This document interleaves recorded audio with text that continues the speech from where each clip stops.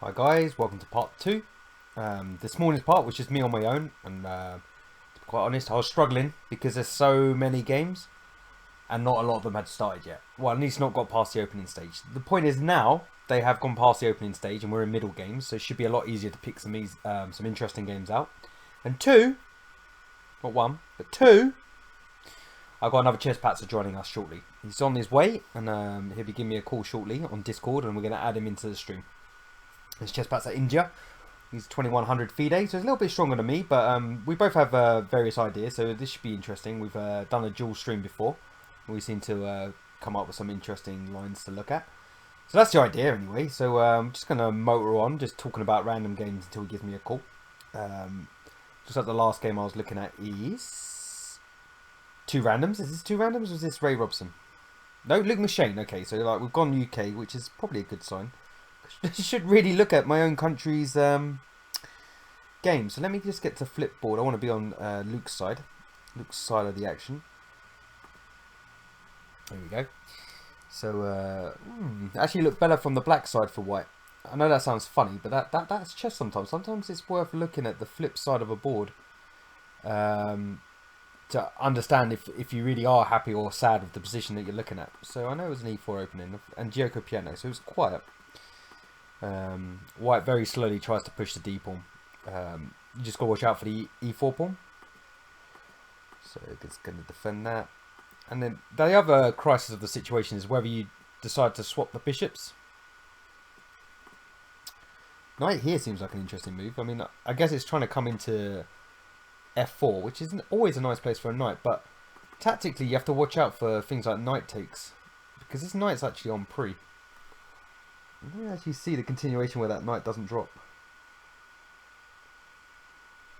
I'm looking. I don't see it. So did that happen? Is this real? So apparently it doesn't drop a pawn. Why doesn't it drop a pawn? Let's just have a look.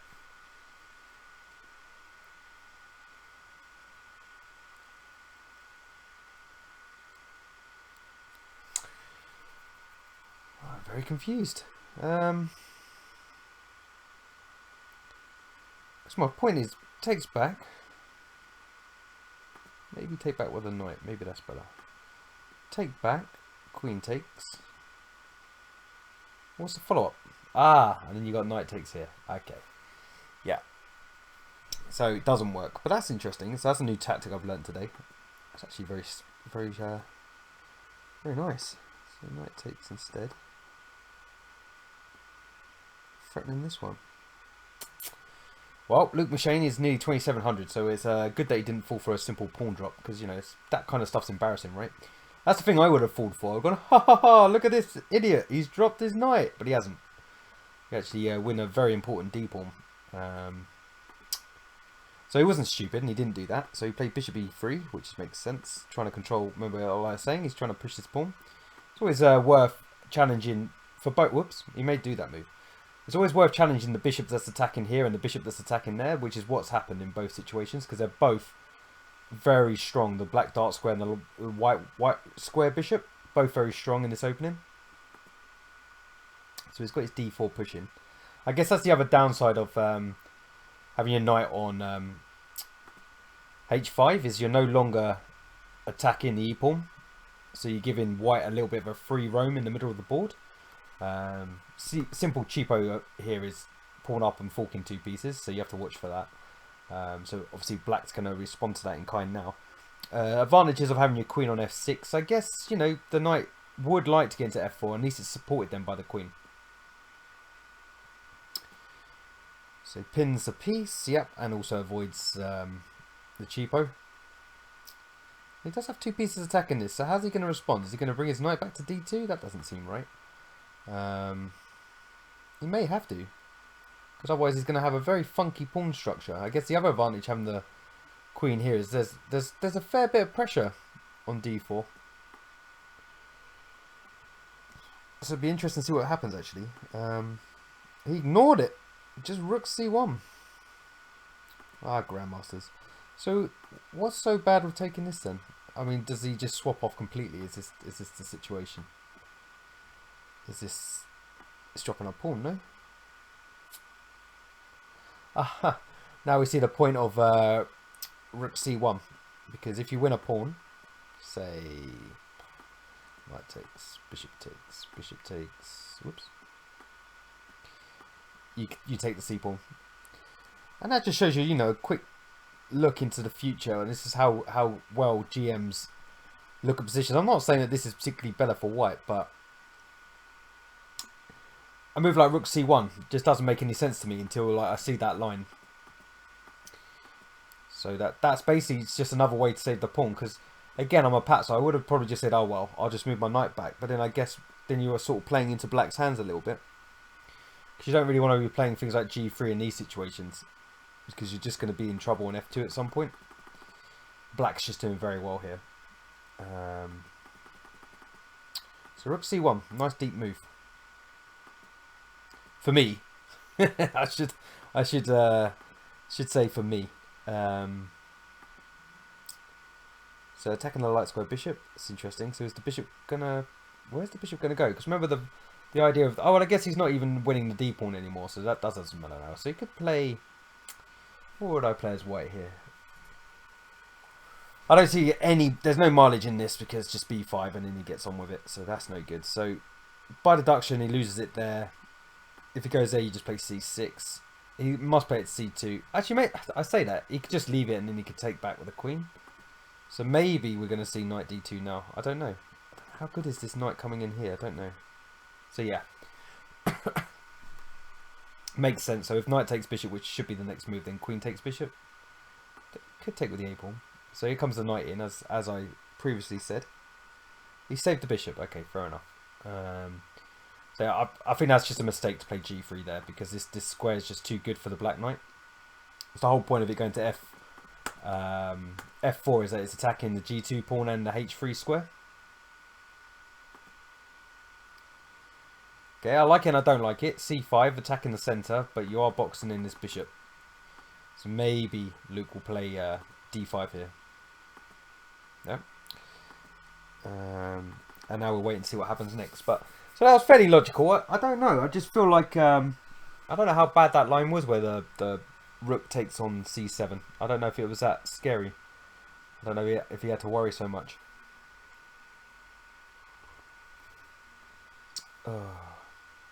Oh, sorry, DJ. I didn't see the chat. Yeah, exactly. I only saw d3 hanging though after playing it through, which is pretty much the whole point of this, because I really don't understand chess well enough to know, even like when he played rook c1, that was a really obscure move to me. It looked like he had a massive crisis on f3 and he just ignored it and just found another way to balance the material.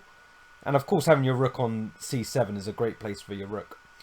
ChesspatzerIND is going to be here imminently, so he'll be online, so that'd be good. You say there's no humour on Chess24, but I think you'll find Jan is actually one of the funniest guys who's ever been born. And I don't even mean that sarcastically, because his dry sense of humour, it cracks me up. And the other advantage of tuning back in now, so this is obviously part 2, is that, you know, some of the games are motored on. I mean, that was quite fun for me playing through that, just to get to the point of what would I play here, what was actually played, etc. And trying to understand it makes way more sense. So we're going to leave Luke's game now, because I don't think he's any better, other than what I just said about this dark square bishop. I mean, what is it doing? That's the problem of playing c5. This bishop is pretty rubbish. I mean, when's it? If it was over here, I don't know how it's going to get there. It'd probably be okay. But at the moment, it's the worst piece on the board by a long way. Closely followed by this bishop on c2 and this rook on c1. But again, this knight hasn't got very many squares. Can't come into here. I guess he's got to watch that. At some point, this knight could be trapped with something like b4. If we're going to go on a little bit further. Well, that and I can play through the moves and go back, DJ, which I can't do when I play over the board. But yeah, this knight's actually running out of squares. What do we do after b4? It's a real threat, yeah. Say black doesn't pay attention at all. And just, I don't know. It's a bad move, but... Is this winning a piece?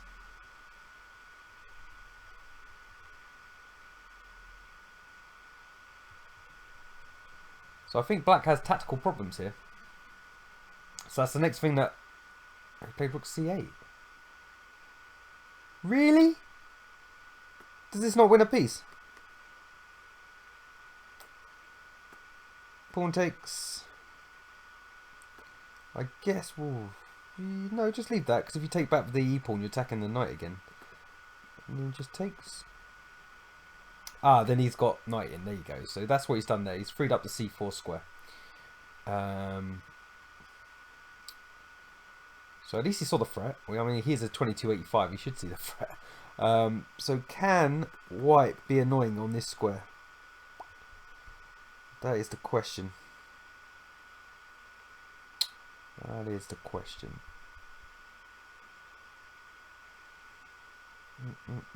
I mean, he could just ignore this. I mean, okay, the threat's gone. Would it be worth playing something like b3 just to control this square? So again, that knight doesn't really. I mean, then maybe the knight's got to come around this way, and the knight doesn't have a big future on b7. It hasn't got many squares. Yeah, DJ, I know you're taking the piss, but you know, I'm here to discuss this from like a beginner's point of view. So it's no good me just saying, and then this, yeah. Otherwise, you can do the commentary. I'm not stopping you. Get involved. Get online. This actually happened. No, that's just the line we were looking at. So yeah, so we're gonna leave Luke trying to trap that knight, but looks like a fun game. Does look like a fun game. So let's have a look at David Howe. See if we can understand David Howe, and supplant him as Britain number 2, because we can work his moves out. And say, well, what's the point of you being British number 2 if I can play the game for you? Hey, David, just say to that. Chesspatzer UK, new UK number 2 in the world. I'll let Adam still be number 1. So let's see. Okay, so already in a bad place because I don't even understand the opening. But we're going to progress anyway, as if we do.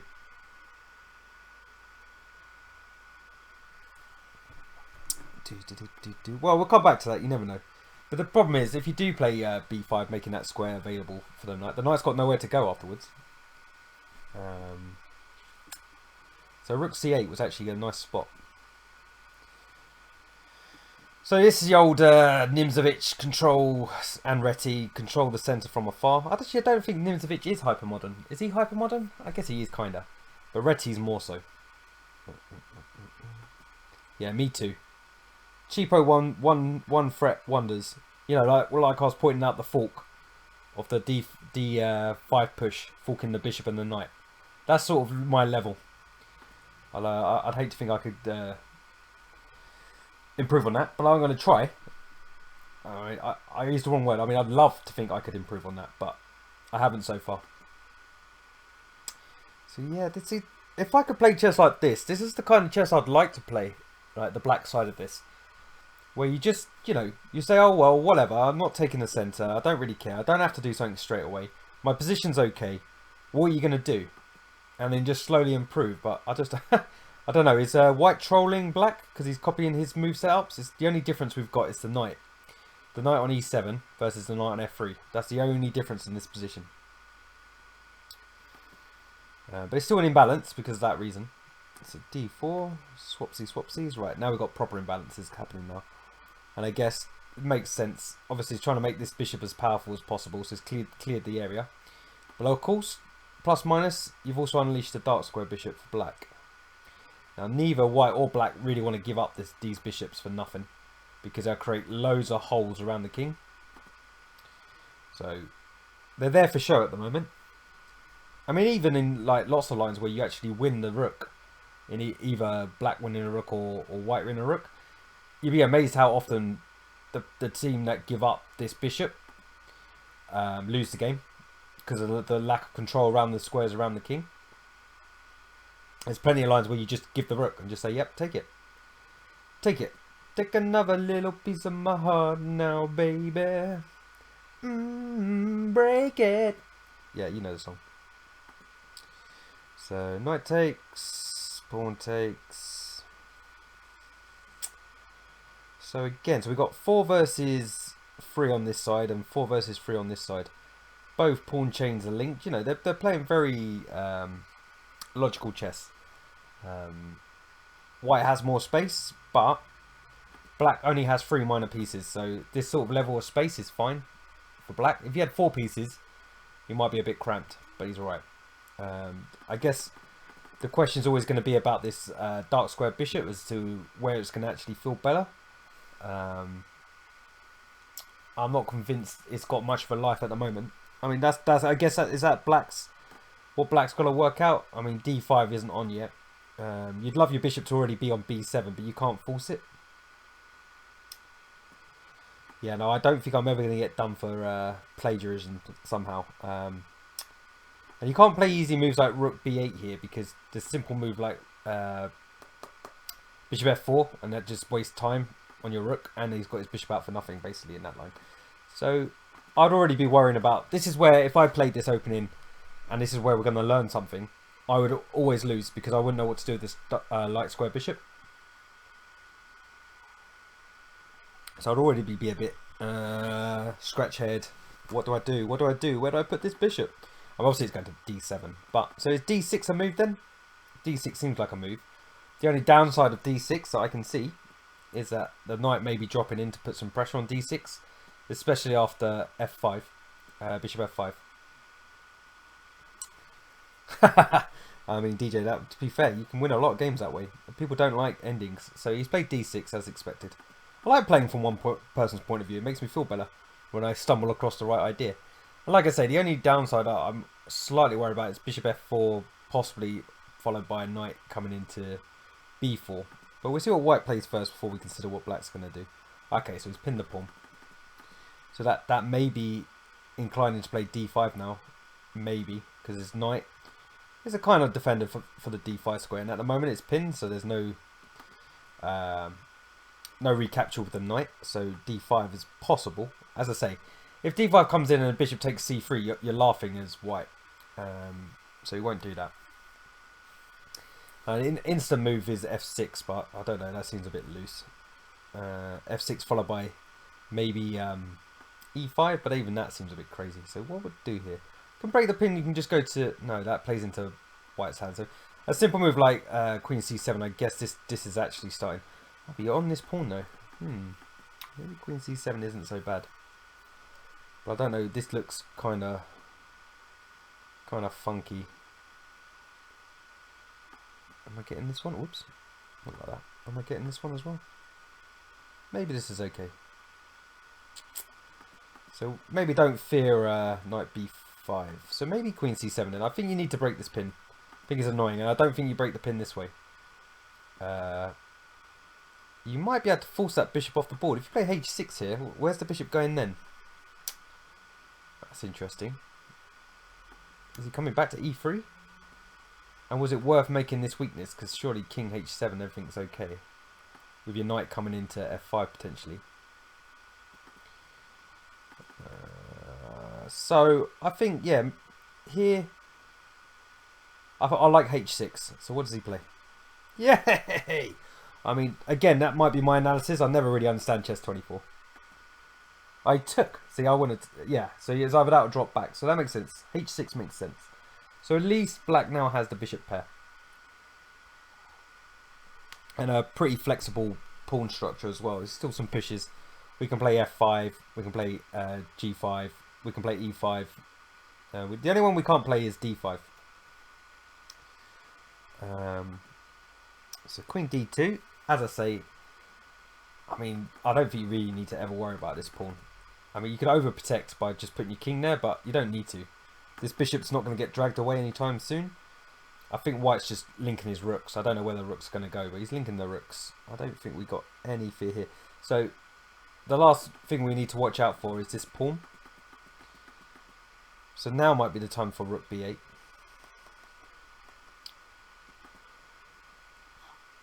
Rook b8.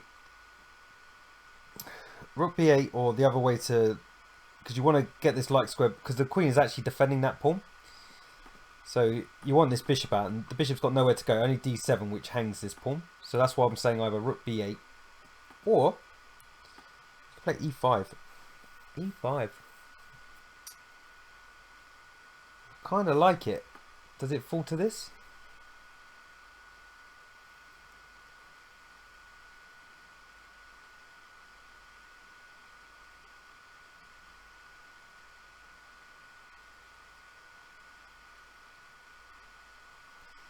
You haven't got queen e6 because there's a fork on c7. So I don't know if we're wasting time here. I don't know if I can allow this. And then just take... So maybe e5, though it looks nice, maybe it's just not the move. Let's see. Rook b8. Okay. So as I say, last problem is this light square bishop. Now he can play bishop d7 to c6. Or just b6 now. Or b5 at some point. A6, b5. So black... I like how black's playing this. d5 being played. Yeah, okay. I mean, that's got to be the whole idea of swapping off the dark square bishop for that knight, yeah? Doesn't mean it's good, though. No, it does not. 7 hours. You play it at the English National League, which I'm playing this year. I'm playing for a team called Celtic Tigers. And yeah, it's nice, actually. You don't even realise the time going, because you actually properly get to think about... You know, when you play a rapid game, you kind of get to a point where, oh, I have to play a move, so you play the best move you can possibly play. You don't really calculate very far into it. Which leads to, like... I think one of the biggest advantages of playing over the board chess is that you can chat about it afterwards. And because you tend to have longer time controls, there's more to talk about. Like, oh, I thought about this, but then I saw this, and blah, blah, blah, blah, blah. Which makes the pub much more interesting. I don't think he's going to take. He's not going to allow that knight to be good. So, e5. And then you're always potentially threatening to play f5 at some point. I mean, I'm starting to like black more. It's handy that black's nearly 2700. But yeah, I like the way black's played this. What was the opening again? I might have to start playing this. So it's just fianchetto with c5. Okay. Right, so e5. What does white play? Okay, he's got to expand somewhere. That makes sense. Wants to get c5 in. Can't yet though, because the queen's doing a good job on e7. So, are we just going to play f5? I hope so. But that's not very grandmasterly, is it? So maybe just bishop f5. That's more. I mean, I'm an f5 junkie because I play the Dutch all the time. But even if you've got f4, you're not really doing anything.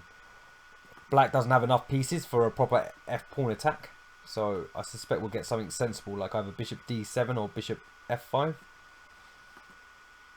Or just b6, okay.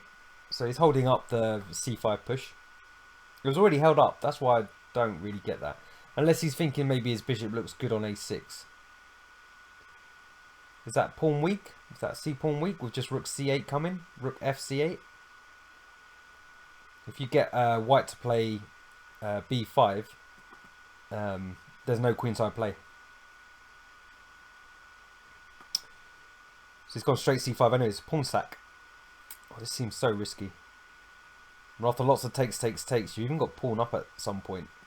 This bishop is lying for that rook. I guess the question is, like I was saying earlier, do you give up your dark square bishop for a rook? And this pawn might be hanging as well. So it's an interesting try from white. So b take, yeah, capture towards the centre. We've all been taught that. And does he just take the pawn? Yeah, GM always takes the pawn. He says, yeah, you might get something, but I don't really think so, so it's a pawn for me. I'll take that pawn, and my dark square bishop's going to be a giant. Whether he takes anything doesn't really make any difference. Doesn't stop it being a really painful piece. Now it'll be very interesting to see what white's got planned here. I mean, is he going to try and bring his knight into... Whoa, what's going on? Stop it. Is he going to try and bring his knight into e4 and try and push that d pawn? Well, that sort of walks into f5. But then you've got d6 anyway. And then what? Maybe you're winning the c pawn then. Yeah, so this if he plays this and you play something like that, I think you can just push this pawn. And after you move your queen somewhere, I don't know, pick a square. We'll go here. You actually win the c pawn back, and this pawn is a bit of a monster.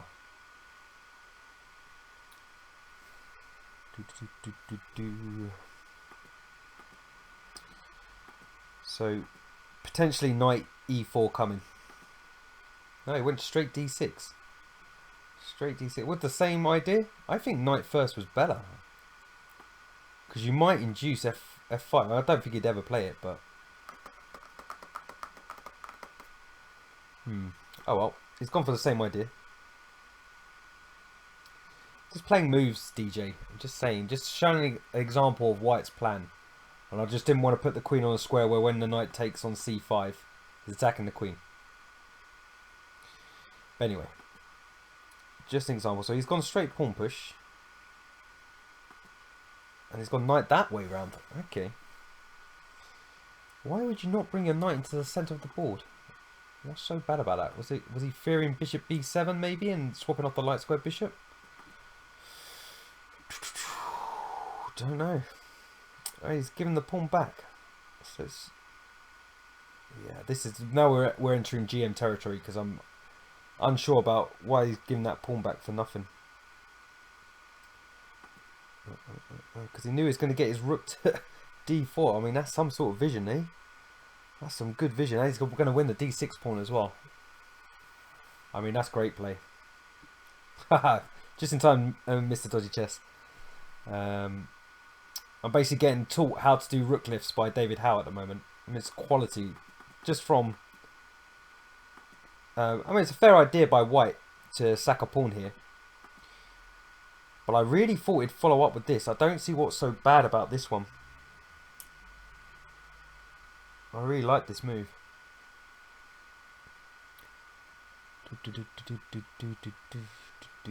Maybe it is just bishop. Maybe bishop. Don't know where to put the bishop. I don't want to block that rook. So if we put the bishop here. Is this not the same thing? Is this any worse?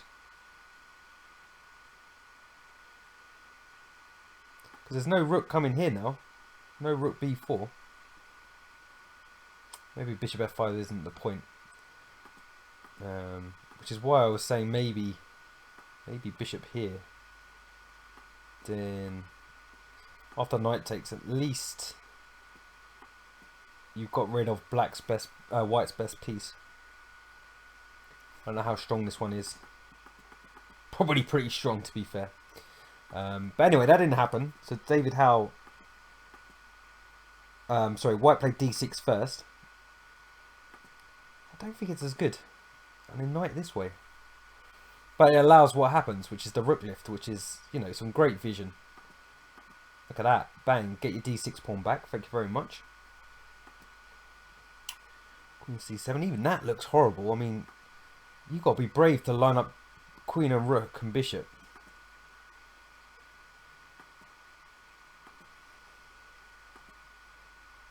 And we're at the position. So he's obviously moved one piece out of the way, which is good. But no, I think a pawn up for black with two bishops on an open board. I think Eriksson's going down. That could take some time. And amazingly, David's actually up on the clock as well. That's unusual for David. He's a well-renowned time trouble maniac. So we're going to leave it there with David pondering what to do with his life in general. No, I mean as in what movie I'll play next. I don't know. Can he... Well, you do want to play e4 at some point. So you probably want to support that. Maybe now's the time for bishop f5. That'd be quite a normal move. With maybe just rook coming to c8, causing more trouble.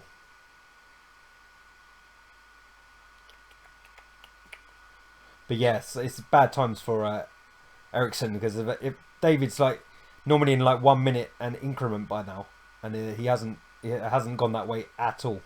He's not just doing his shopping list over and over in his head. He's worked the whole game out already and just waits for the clock to go down to 1 minute before going, oh, I have to actually make some moves now. But interesting game. But I think you can safely say that David Howe didn't have to do a lot there, funny enough, to outplay his opponent.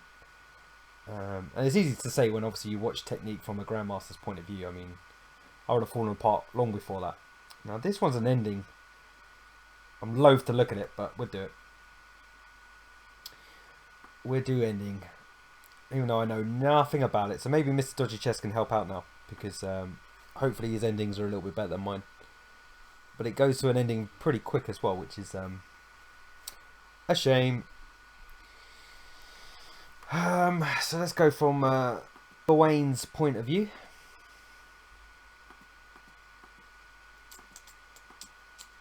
Scotch. Well, I know nothing about Scotch other than it's a very tasty drink. I'm sure that joke's been done to death over and over, but it doesn't make it less true. Scotch is nice. Scotch, Scotch, Scotch, Scotchy, Scotch, Scotch. Which film's that from? I'm sure you know. It's a bishop c5 line. This is what I play as black when I ever venture e4, e5, and people play as Scotch. Takes, and I'll play queen f6 here. Yay! So this is some sort of main line then. With a little threat. Beat Gawain Jones in 6 moves. Why not? Checkmate on f2. Nope. Queen f3. Oh, you know what? I've not seen this before, so I'm going to learn something. So you just take the knight, bishop, knight. It's a knight, right? Yeah.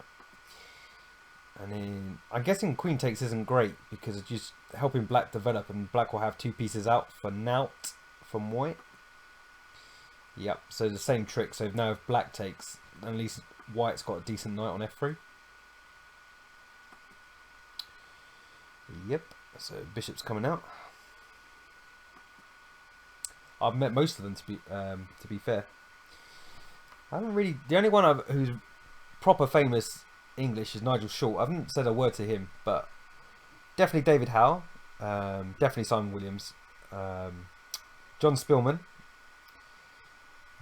Stephen Gordon, Mickey Adams, Keith Arkle, Danny Gormally, Adam Hunt, but I'm reaching now. But yeah, I've got quite a few. I haven't met like Ems or Davies or any of the old school GMs. Raymond Keane. But I've met a few. No, Simon's not playing in it. One day, you never know. Oh, Nick Pert, funny enough, he was playing on 4th board. So black went for the exchange of queens. So this is what I mean. So we've got an endgame already. And from this position, I mean, I couldn't tell you that white or black was better. I wouldn't know. I haven't got the chess understanding. Which I guess is part of doing this. So to try and understand what the hell's going on in this. Now, black's last move is the one that makes a lot of sense to me, because obviously he doesn't want to trade off knight for bishop, and also get triple pawns. That's not going to be good. So that was an obvious move. So what's white's next move to put pressure on the position? Are we going to try rook g1, put some pressure on the g pawn? And this is the problem with endgames, and where lots of people will struggle, because you've got lots of moves that look fairly similar. Do you play bishop e3 with, if bishop takes bishop, then you take back with the f pawn? Does that improve your position? I guess you have to argue how good is this bishop first. And it is annoying on f2. If you wanted to castle queenside, you drop the f pawn. So that has some sense to it. Bishop c4, because it helps stop d5. But does black want to play d5? Probably not. So too many options. There you go. So an option I didn't even consider.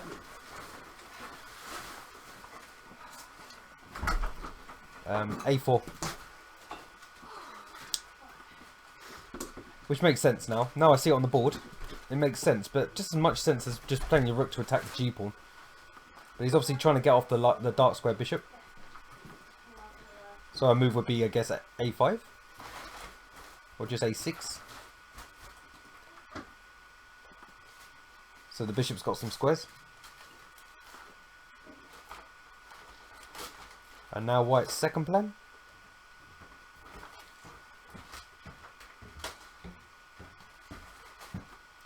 Well, he's not going to take, is he? That improves black's pawns. I think it must be simply to defend the f pawn and so that he can castle queenside. And then maybe he's trying to play e5. But again, I don't know how or what advantage that gives. Okay, so swapped it. Yeah, I don't know.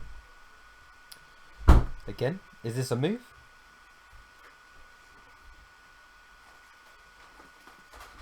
Is it just a castle?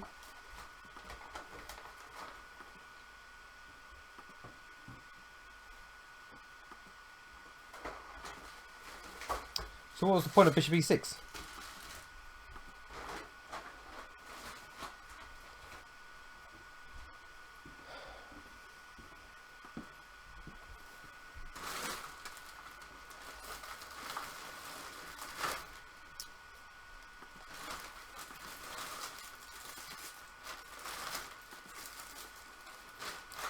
See, I suggested all these moves, but not in any of these move all the way, so I don't know how you decide which one's what and when you do it. That's yeah.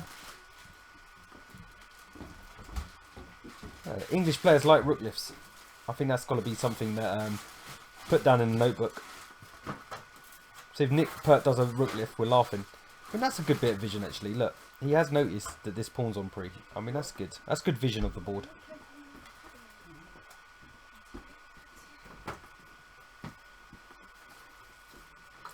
Yeah, there was no because there's weaknesses in the position, which is nice. But where's the knight go? Oh, the knight's attacking f7 as well. So White's moves are starting to make sense.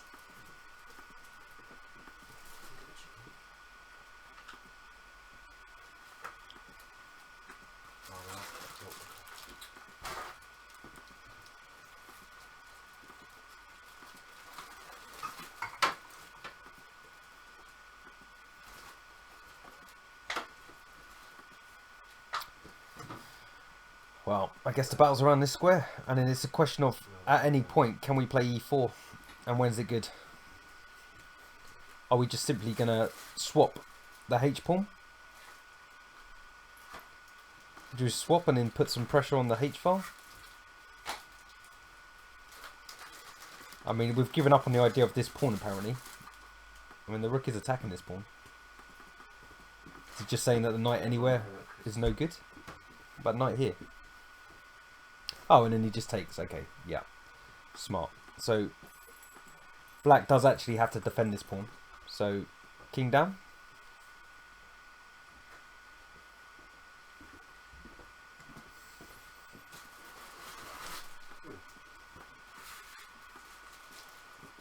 Don't know if that's a benefit or not. DJ, I wish I could tell you, but I can't. But what I will say is, White's sort of found something to attack. And it's a big pawn at the end of the day. Any centre pawn in any... If that one goes, then of course this one becomes a monster. But you don't take on g6. Is that because you're hoping they'll take? You're saying an outside pass pawn is too dangerous? The only reason I was taking is because I didn't want there to be any block of f5 for the bishop, but maybe you're right.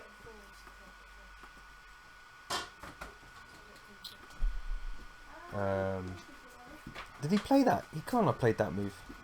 That was just my analysis, right? Live. Yeah, there's no way. This is a terrible move. He's not going to play that. As I say, I think the only move to save the pawn is king e6. But maybe it's just terrible. And look at his time as well.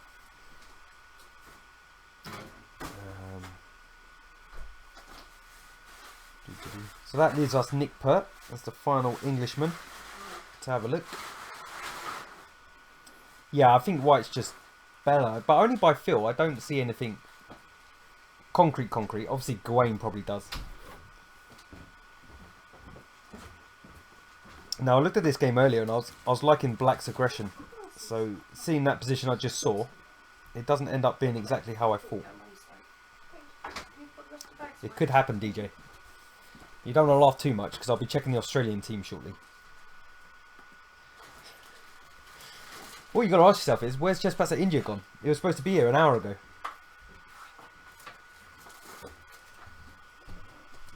Did you get lost? It's quite easy to get lost in London, to be fair. Knight f3. Oh yeah, this is interesting play by White. I mean, White's basically saying, I'm not going to play for the advantage. I know you're a GM. I'm just going to stay cramped but solid. Which I don't agree with. But there you go. I played Nick's brother actually in the London League. He's an international master. Dragon. And of course I went straight mainline. And I lost. But I had my chance. I just missed it. And that's the point. I had a chance. And you only get a chance if you play aggressive against them. I mean, I get White's setup. He's obviously doing some sort of King's Indian attack setup. But I don't know.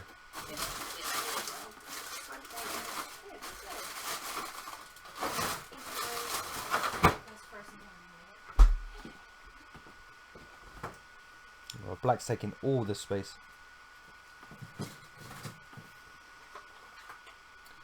Hanging a pawn.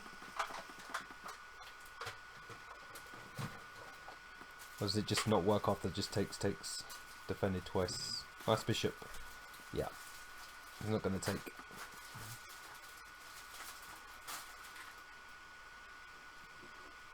I think the King's Indian attack is good against certain openings. I don't think it's so good against Sicilian. I'm not convinced. It does well against the French.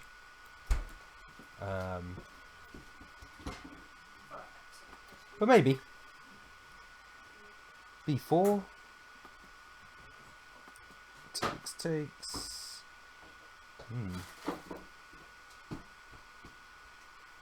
Starting to look like a Philidor.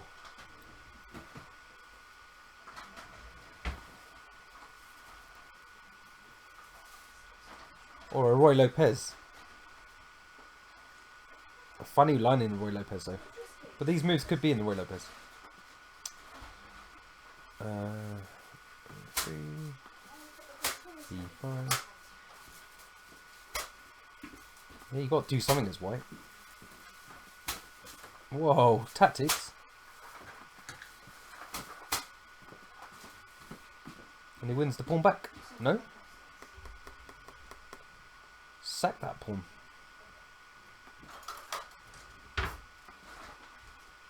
Ah, is he always winning this one? Yeah. So yeah, you'd give up a wing pawn for this pawn. Guess the plus side is the dark square bishop, black's dark square bishop might be better than it was when it was stuck behind the pawn. But then, of course, White's b2 bishop's pretty good too.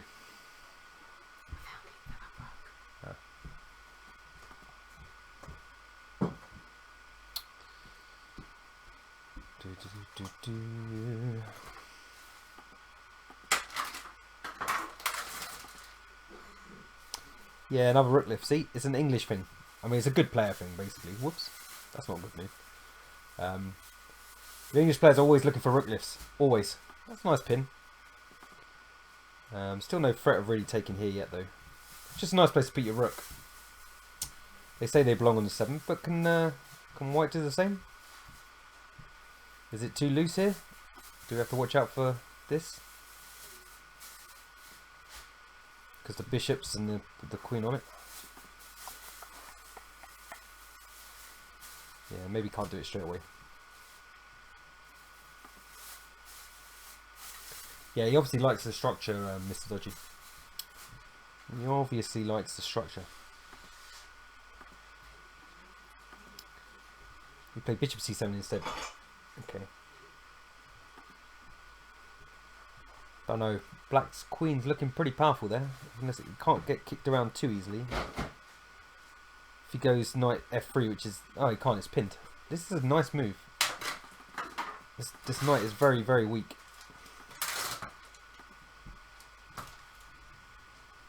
If you play g5, I guess it goes up to e3.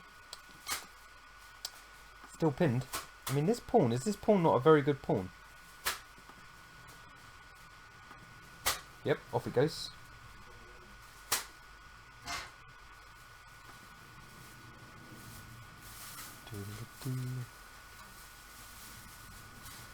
Attacking this one. Doesn't care. So is he going to take this pawn? Grandmasters, they just take pawns. They say, you give me a pawn, are you? Alright. I don't mind if I do.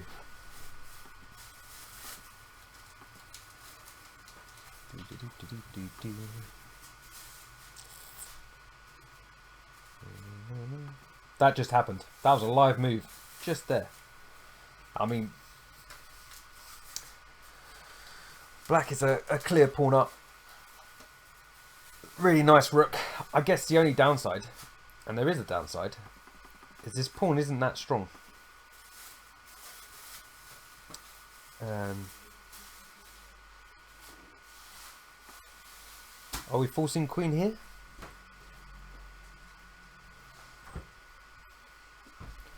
What do we do for argument's sake if we start ganging up on that one?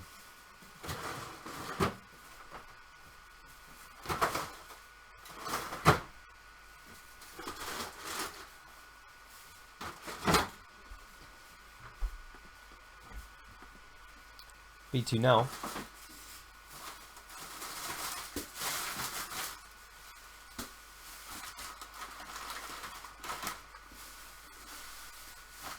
But yeah, yeah. You're right. And then start attacking this one. Yeah, maybe black's just in a very dominant position here.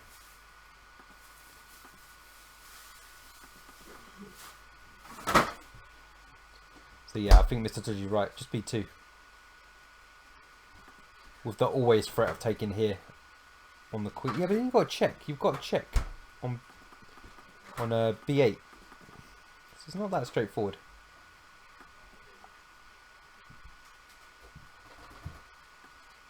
You just play here anyway. This one.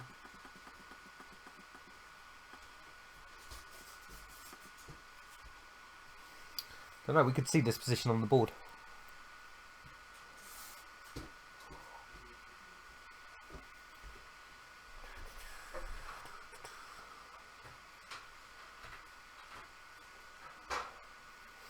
I mean, if white can ever get bishop to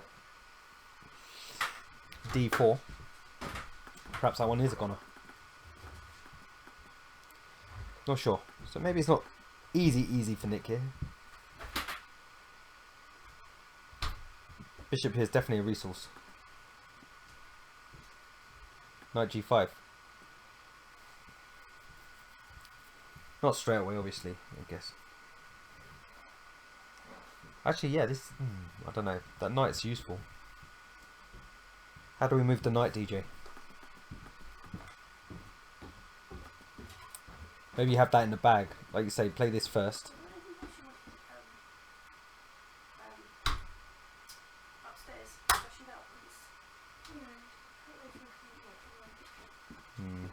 Looks like that's going to be an interesting finish, that one. Nick tries to work out how to win that, because I don't know. So those are all the English games. Where should we go next?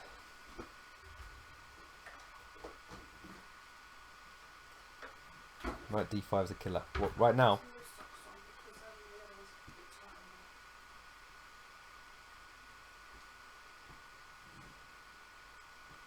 This can't be good, can it? Because of the check. What's when are you saying Knight D5? B2, Rook B1, Knight D5, Queen F5. What? I'm sorry. Knight D5 takes Queen F5.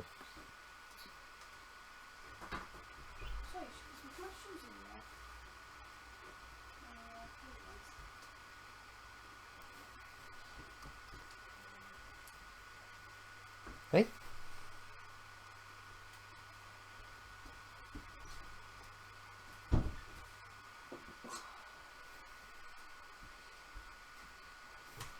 Why can't he just play Knight D2?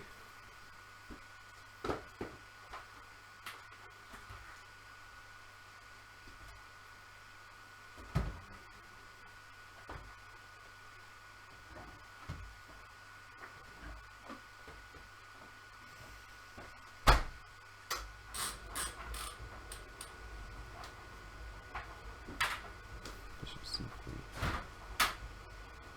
I'll just take it.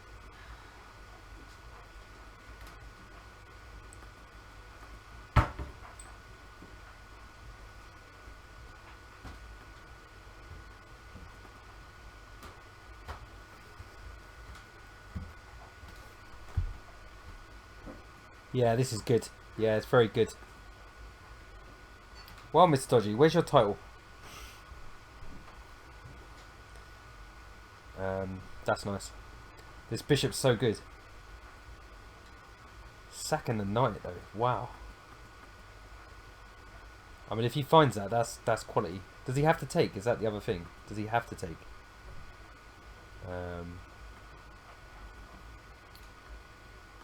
Can we throw in a check first?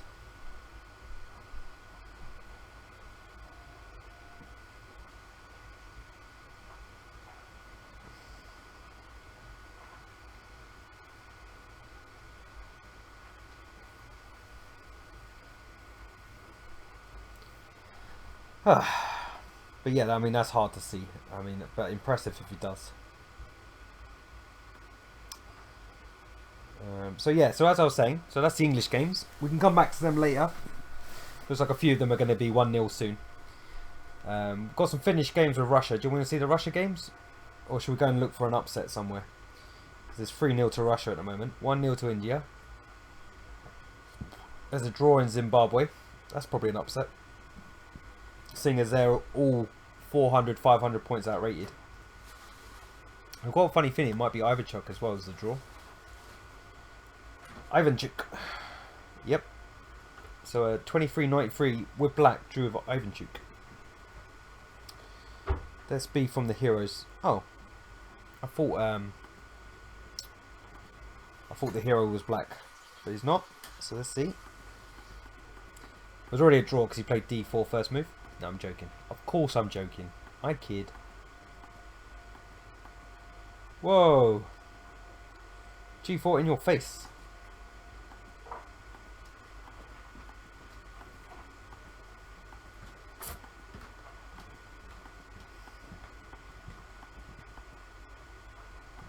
Well, fair play to White. It's not like he's not trying.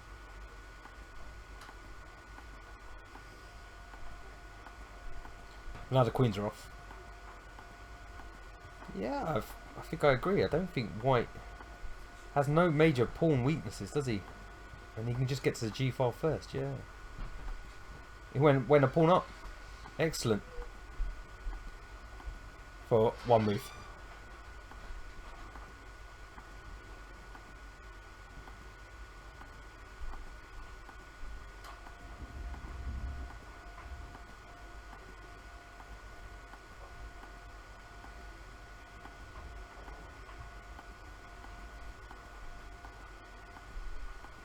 I'd still lose this ending. And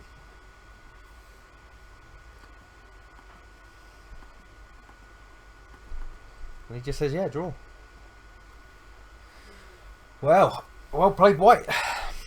And that's my point. He went for Ivanchuk there. And he got a result for it.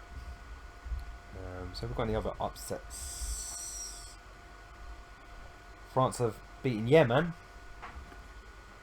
I know it's a bad joke again. It's Yemen, isn't it?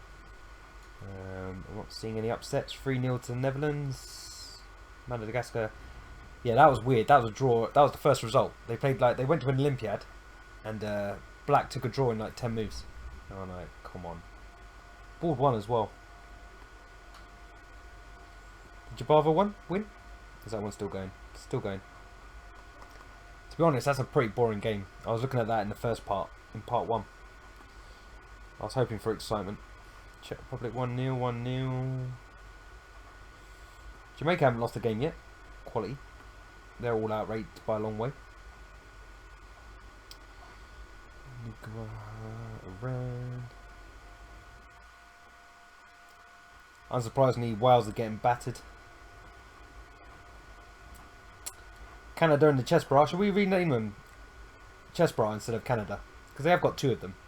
And I'm sure the other two would sign up. Brazil doing the job on Malari.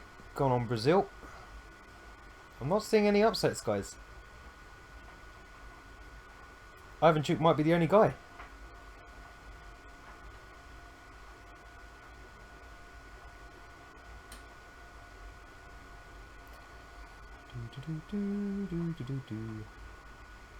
Australia, is that an upset? Because they won a game against Qatar?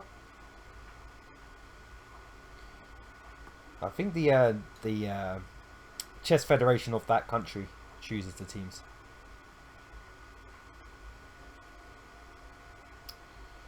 Not seeing any upsets, guys.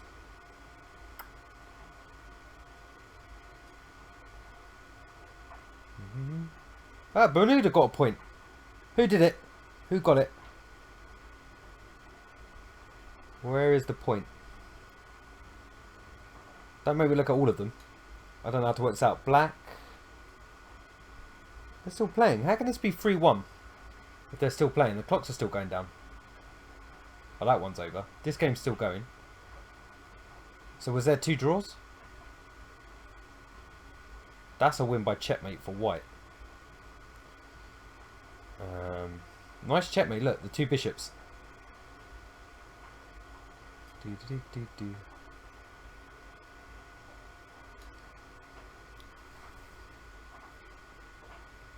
it just 2 draws, maybe? No, that's mate. Mate for black.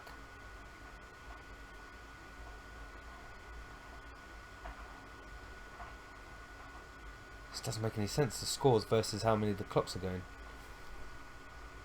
This is not a win, is it? It's not a win for white.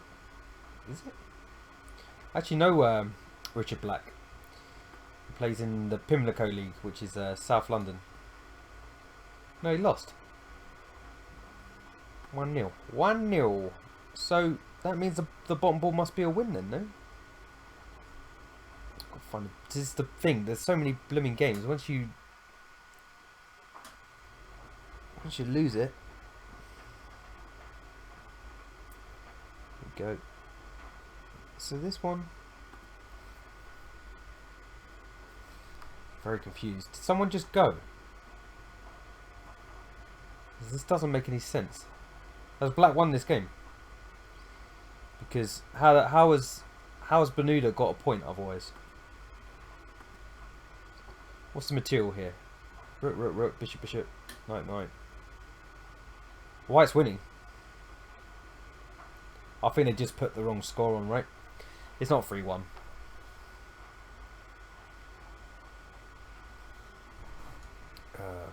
White's 2 pawns up. So it can't be losing. I think that's just a typo on chess 24. So as I was saying, what should we go and look at next? I need someone to volunteer a team. We'll look up the whole team, but we still need to pick one. UK has been covered for now. Let me see what's going on with ChesspatzerIND.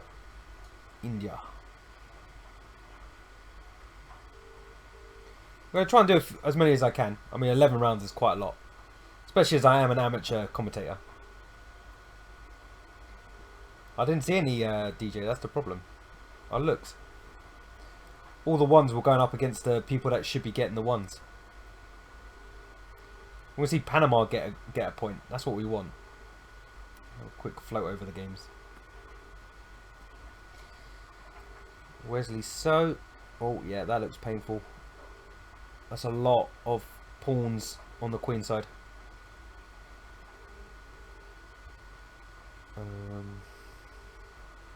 Nakamura sacking his queen. Yeah, it's probably mate.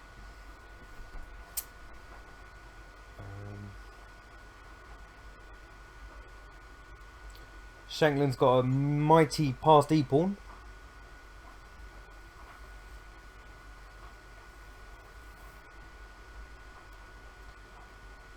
Robson played f6 after his g5. He played g5 well early.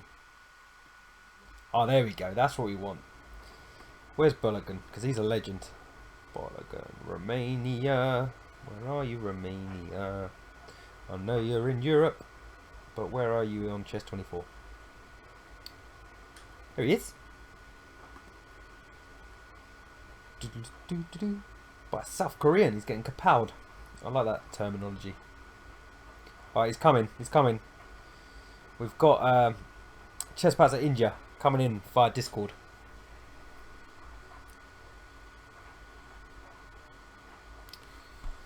So I'm going to have to do some jiggery pokery before we get to see Balogun get thrashed. So we'll do it from the hero side. We are Jun Hyuk Lee today. My Discord is closed. The ball's going to disappear briefly. Don't panic. It'll be coming back. I just got to find Discord. There it is. I don't even remember coming out of Discord, so that's annoying in itself.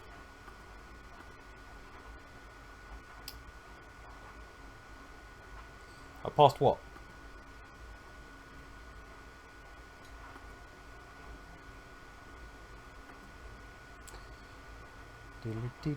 Where are my friends? I'm sure I've got them.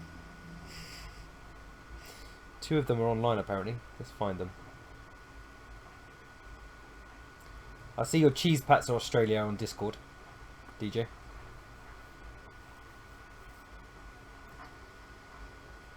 Start video call. Bear with.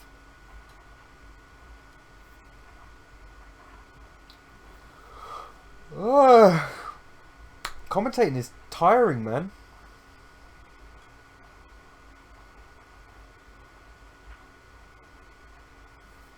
What is this? Ba-ba-bum, ba-ba-bum. Hello, hello.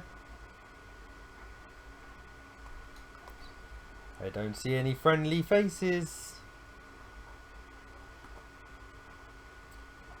Talk to me, ChesspatzerIND. Talk to me. Hey, where's he gone? How rude. Let's try again.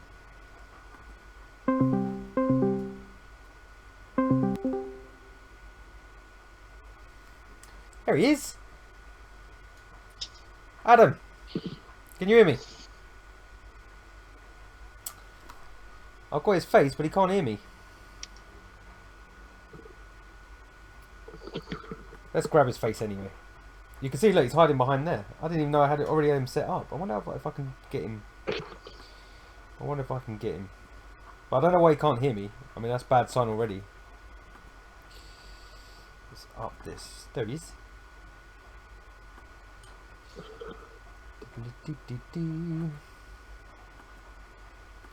Adam, why can't you hear me? Adam! That's what you want. Technical issues. I don't know why, because I haven't got anything muted, so this is the problem with Adam! Adam, can you hear me?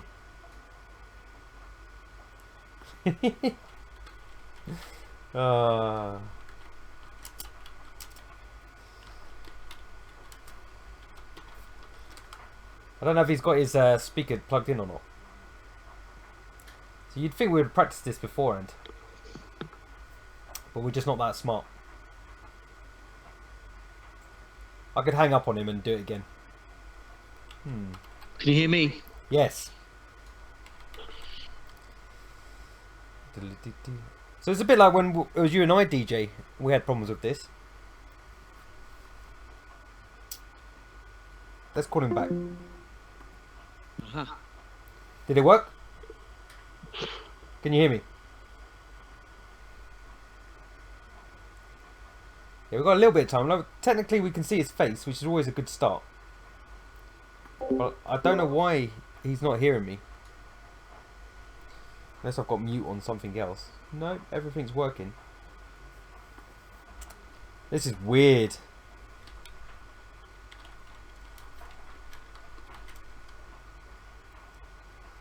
Why can't he hear me? Surely it's his end then. Because I can hear him.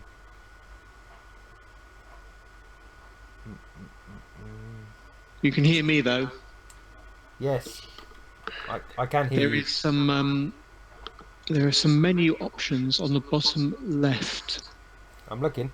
And let's have a look. Mute. I'm just going to keep singing Turn until off he hears camera, me. La, user la, la, la. settings, headset microphone. So you can set the microphone sensitivity. Yeah, but that's not going to help you here. Microphone sensitivity will help you nothing. So can you see, if you have a look at the, if you hover over the video part, then you click on the little cog, just to the right of leave call. That takes you to a menu that gives you input mode and tells you whether Discord is transmitting your voice. That's interesting. But you guys can hear me, right, on the stream? So you should be able to see it there.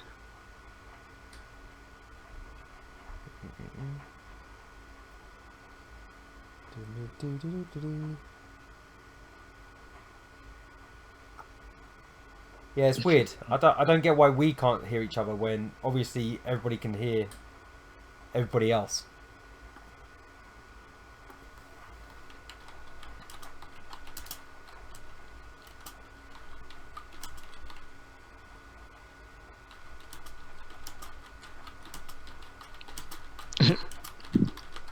Who is they?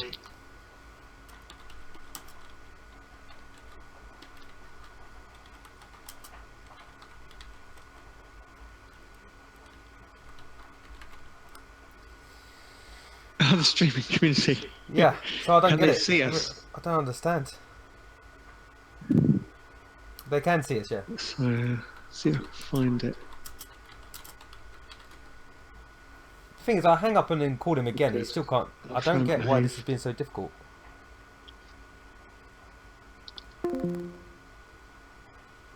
Let's try this on a voice call. See if that works. Chesspatzer Can you hear me now?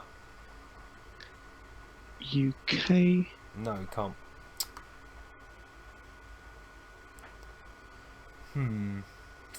Where's tech support when you need it? Don't panic. Tech support.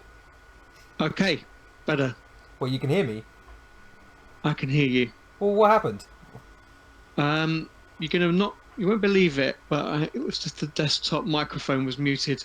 Well, hey. Well, no, I do believe it because we're both incompetent, right?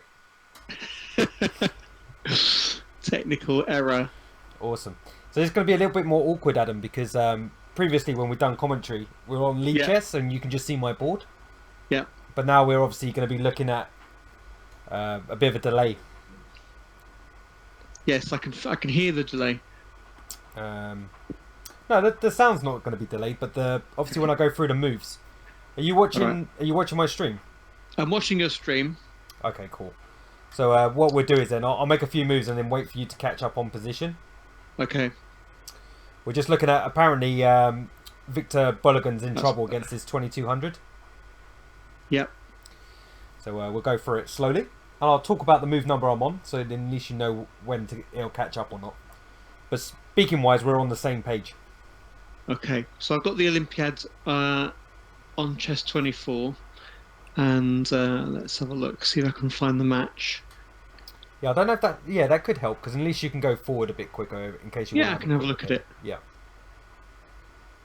And who are they playing? Bolligan against It's South Korea against Romania. South Korea. match. Fantastic place. We're basically looking for upsets, and it seems Yeah. like there hasn't been many. Though Ivanchuk just drew against a 2300, and the 2300 really went for him, so he got the draw the right way. The approved way. Oh, I'm wrong. It's not Romania. It's Moldova. It's just the flag looks very similar. Okay. It's exactly the same flag. It's just got a picture Easy on mistake to make. it. Yeah, I put that into the Simon Williams School of Commentary. Oh yeah, I see what you mean about the match. Actually, yeah, he's supposed to be winning it. We shall see. Yeah, exactly. So let's have a start on it. Are you ready for me to start? Yeah. Right, cool. So let's ignore that. Let's see what happens. So, knight f3 opening. I already don't know what's happening. Knight f3 and I'm bamboozled. C5. It's a good start. C4. It's a good solid start. Knight f6. C6. Knight c3. G6. Very symmetrical. What is this? It's not even English, is it? Well, it is in English. Yeah. Yeah. So e3, bishop g7, White's. d4. Is it still in English? Well, it could transpose into kind of Grunfeld setup because White has Mfia and Chatteaued. So I think this is more like a kind of Grunfeld position. If he takes on d4, I'm assuming he takes on d4 and then plays No, he didn't. Knight f6 and d5. He played d6. d6, right? So he's gone from a dragon-y kind of setup, but it's not an e4 opening. So What do I know? well, what do either of us know? You've chosen the right co-commentator. What do I know? No, to be honest, from what I've struggled with all day, like this is like my third hour of commentating now. Yeah. There's plenty of positions I just don't have a clue, and I can say what I would play, and then when I play on the moves and it's not what I say, then I learn something, Adam. That's true. Okay, so maybe because Black hasn't played Knight f6 in the previous position, he hasn't got time to take on d4 and play d5 because he hasn't got d5.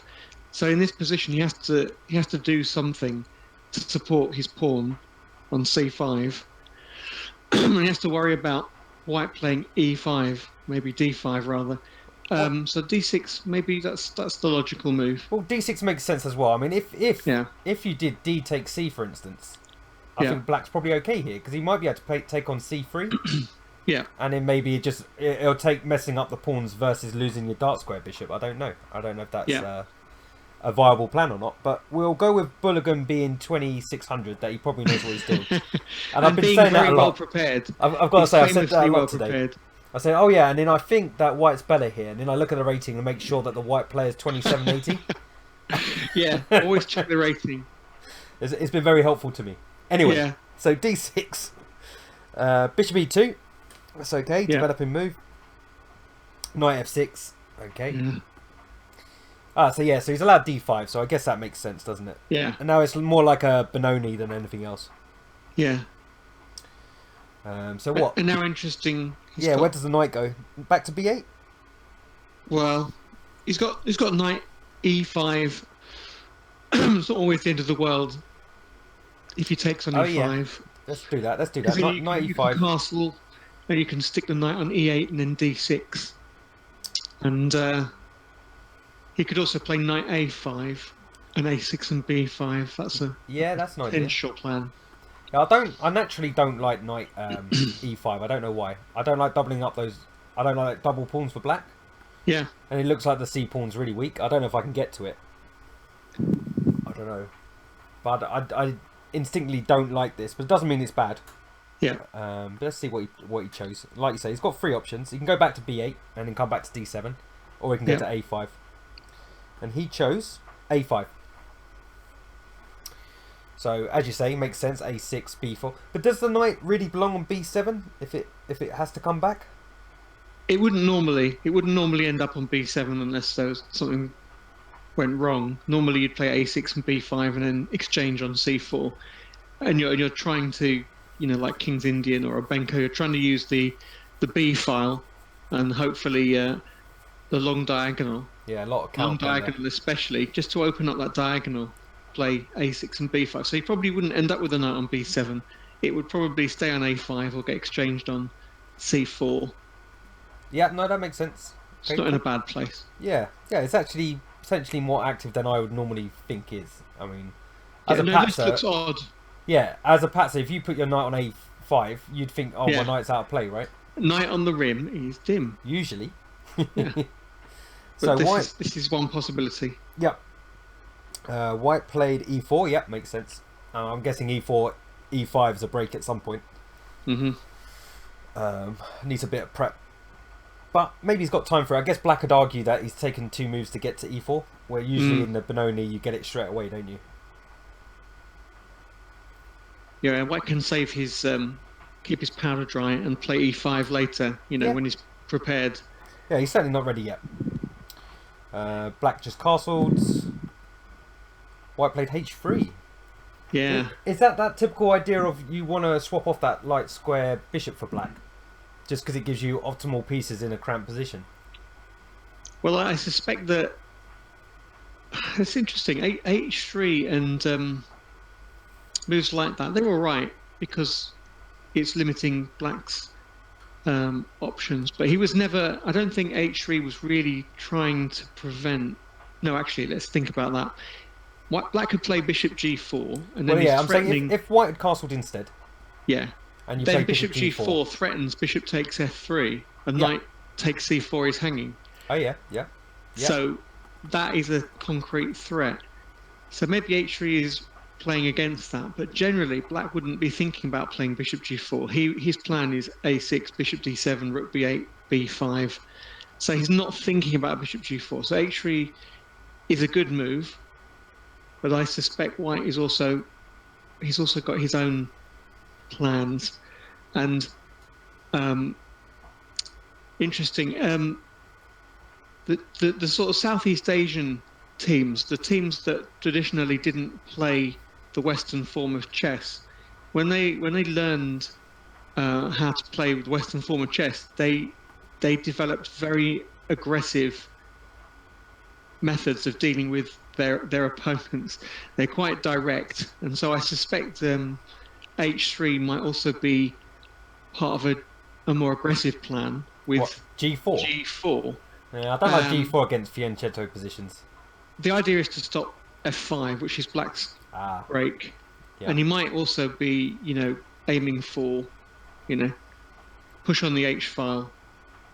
It's quite an interesting idea, but h3 is probably a good move. I like h3 literally because I don't know a lot about Benoni, even though I'm starting to play it now. I'm moving away from the Dutch for a little while. Yeah. And what I've read very briefly is that Black's pawn structure is pretty solid, but it doesn't have a good capacity for 4 pieces. So in a lot of lines, like in the Czech Benoni, you play bishop g4 just to swap it for the knight regardless. Yeah. And then play e5 and c5, just because then your positions. Okay, you've given White more space, but you've only got 3 pieces to play with instead of the 4. Yeah. So you got a little bit more room to maneuver. Basically, they don't get in each other's way. Yeah. But yeah, I like h3. It's all right. It does get quite cramped. I mean, in this position, I've had games with this knight on a5, notwithstanding, where Black has played e6. I've castled and Black's played e6, taken on d5, and really, I can play e takes d5, and Black gets no counterplay on the queen side. You just play a4, and you put your bishop on f4, and you play h3, and you win the ending. You just swap everything off on the e file, and you win the ending because that pawn on d6 is so weak. Yeah, so I'm predicting Black's idea is to play e5, then move the knight and play f5. Yeah, so I think e5 is very thematic. Yeah. Let's see what happens. Obviously, we're on h3 at the moment. Yeah. Sorry. e5. Yeah, e5. That sounds right. So this is almost definitely theory then, I guess. Well, Bologan is really. I mean, he's written some great books, and he's very well prepared. So I don't know the theory of this line, but there's no way he doesn't know what he's doing. No, exactly. He's got to be prepared. But it'd be interesting to see how or if he goes wrong, because like I said, we picked this game for a reason. I haven't seen it past this stage, so I'm totally in the dark at the moment. Well, he may also be easy to prepare against because he's so well known. Yeah, possibly. So possibly he's you run that risk of I'll play his stuff, which he should know better than me, versus at least I know what he plays. Yeah, exactly. So bishop g5, I like that. He's going to go knight d2 probably, or maybe he's not. Maybe knight d2. No, maybe just queen d2 and. Yeah, just queen d2. Maybe swap off the dark square bishop and then attack him. Yeah. Possibly. I mean, it's weird for White because I get these positions in e4 openings where they've got a fianchetto bishop. I'm not always sure it's a good idea to swap it off when there's a pawn on e5. Yeah. I almost feel like I'm giving Black a favour. But if Black's players play f5, then it's not so bad to swap it off. Yeah, and bishop g5 is very provocative because if Black wants to play f5, he either has to play h6. Yeah, it causes a weakness. Otherwise queen d2 stops it, or he's got to play queen somewhere, e8 maybe, and move the knight.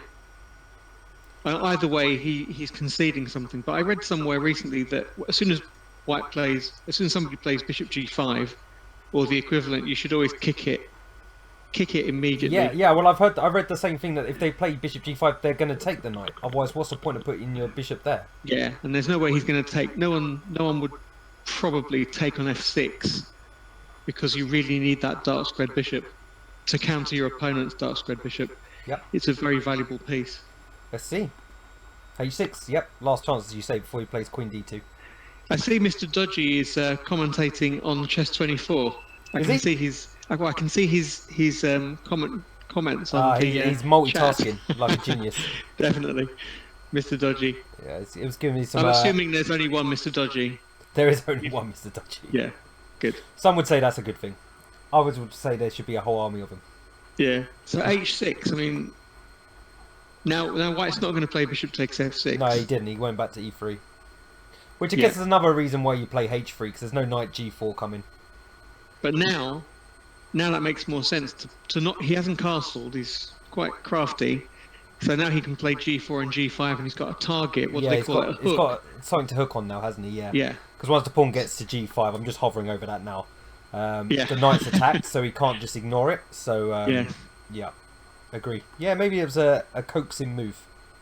Yeah. Oh, King H8, not H7. King H8. Here we go, Grandmaster move. Yeah. So he wants to play Knight G8, but why did he put his king on H8? That's weird, isn't it? Maybe he wants to play Knight G8. Maybe he doesn't want that's fair. something coming to G5. But you could play Knight G8 with your king on H7 too. Yeah, so maybe he wants to take an H5 and not have Knight takes G5 check. I don't know. It's an odd move, isn't it? Oh, maybe what I've also found is there's been a few games, especially when I was going through the UK lads, which we'll go back to in a minute. Was I didn't understand a move, and I'll play on a few like obvious moves in my mind, and then I see the point, and that's happened quite a lot. So maybe we'll get the same with King H8 and why that's completely. Better. We're or maybe it's just a blunder. I mean, it could be, but it seems unlikely. Super grandmasters make blunders. Yeah, on this sort of start, you know what I mean? It's like it's not even a middle game yet. Yeah. So yeah, okay. So White did the plan that you mentioned earlier about Knight D2. Yeah. Possibly playing F4, G4, F4. G4 probably more likely than F4. Yeah. But maybe F4 at some point. Yeah, no, I agree. If you play F4, you're probably helping Black, right? You open up the dark square bishop. Yeah. Yeah, makes sense. So Black did play Knight G8. I don't understand what the difference between H8 and H7. I don't know. No, not yet. Not like anything else is going to go on H7. Well, you don't always imagine, like, if you don't play it to H7, you're worried about something getting into the 7th rank and attacking it along there. That seems a very long way away, right? Yeah. Yeah, I don't know. But I kind of like Knight G8 because, as you say, now G4, G5 is blunted. Yeah. There's no trick where you're attacking the knight and the pawn. And maybe he's just going to play F5. Maybe we're learning something here, Adam. Maybe the king's safer. Maybe the king's safer on H8, and he sort of F5 kind of pushes. Yeah, or maybe this is reminiscent of Battersea Chess Club against the Chesspatzer community with that knight on A5. What do you mean? We dominated that game. Yeah, but look at this knight on A5. This is what happened in our I game. was going to mention it, and I thought, no, we can't just keep coming back to that one game. Where we can't just keep going on about it. Talking of which, though, now you brought it up. Yeah. You sent me a message earlier. Did someone send you a message saying they want to play the rematch then? No, I did a tournament at the weekend at Hampstead, and several Battersea players mentioned how great that was and that they were in the audience at Battersea while we were playing the match. And I saw a picture of the setup, so I knew how they'd, laid out the room. Yeah. I wish they'd recorded that. That would have made a great video there. It would. It's so sad that you didn't get that. But I got an idea of the flavour of it from other people. No, it looked like it was a lot of fun. Both sides, I was really enjoying that, apart from when I was stressed out and pulling the little bit of hair I've got left. Yeah, but it made good TV. Yeah, we will do the rematch. It's definitely going to happen. And hopefully we'll win 2-0.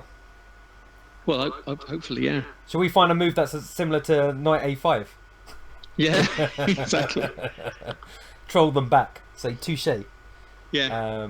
So anyway, we've got a lot of moves to get through, but G4 did happen. Yeah.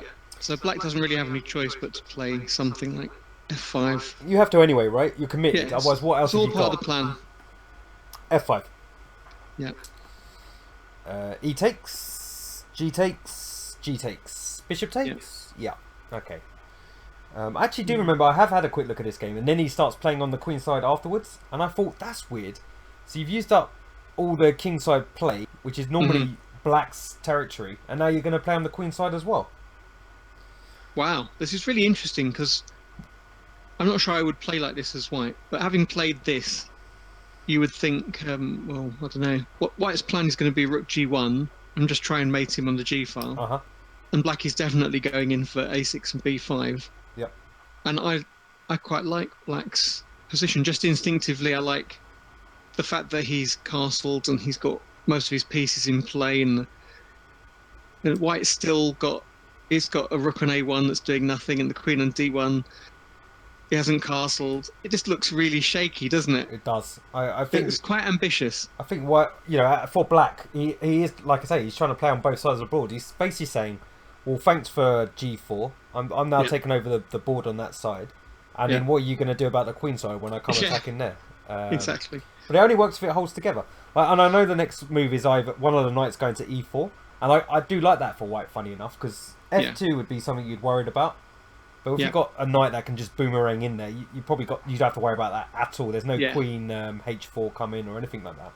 And a knight e4 is dominant. Yeah, exactly. Can't be challenged by anything other than that bishop and the knight on f6 if the knight moves. So you might see lots of exchanges. Yeah. You never know. On e4, it could be knight e4, and then Black could just play knight f6, and we could see some exchanges. Well, the funny thing is, I think Black would, I don't really want to give away my e-pawn for nothing, but if that e-pawn wasn't there, you'd be a lot happier as Black, wouldn't you? And if you stick a knight in front of that pawn, then you're already going to be, how do I ever get my dark square bishop into this? So I'm going to go on a couple moves. So he plays knight d to e4. Yeah. So that's the blockade in place, and now he starts his queenside play with a6. But to be fair, and again, this is something that I'm not very good at chess. Black's been really patient with leaving that knight on a5 as well. He hasn't tried to make it good quickly. Yeah. So I don't know how to add that to your game. I don't know how. I mean, this could just be theory still, for all I know. Maybe that's why he's so calm about it. But I find the patience for Black to do this, even though apparently this game gets turned round, is quite impressive. How strong is White? He's only 2263. Wow. Okay. I'm obviously still stronger than us. But it's chess, right? And it's always interesting to see how a stronger player gets outplayed or does outplayed. So let's see what happens. Especially when you've got a position like this where you've got two players who are clearly following their own plan. Yep. Which one is going to come out of it on top is another matter. But you'd think a grandmaster of Vologan's level, he's probably old enough and wise enough to execute his plan more efficiently than White. So we'll see.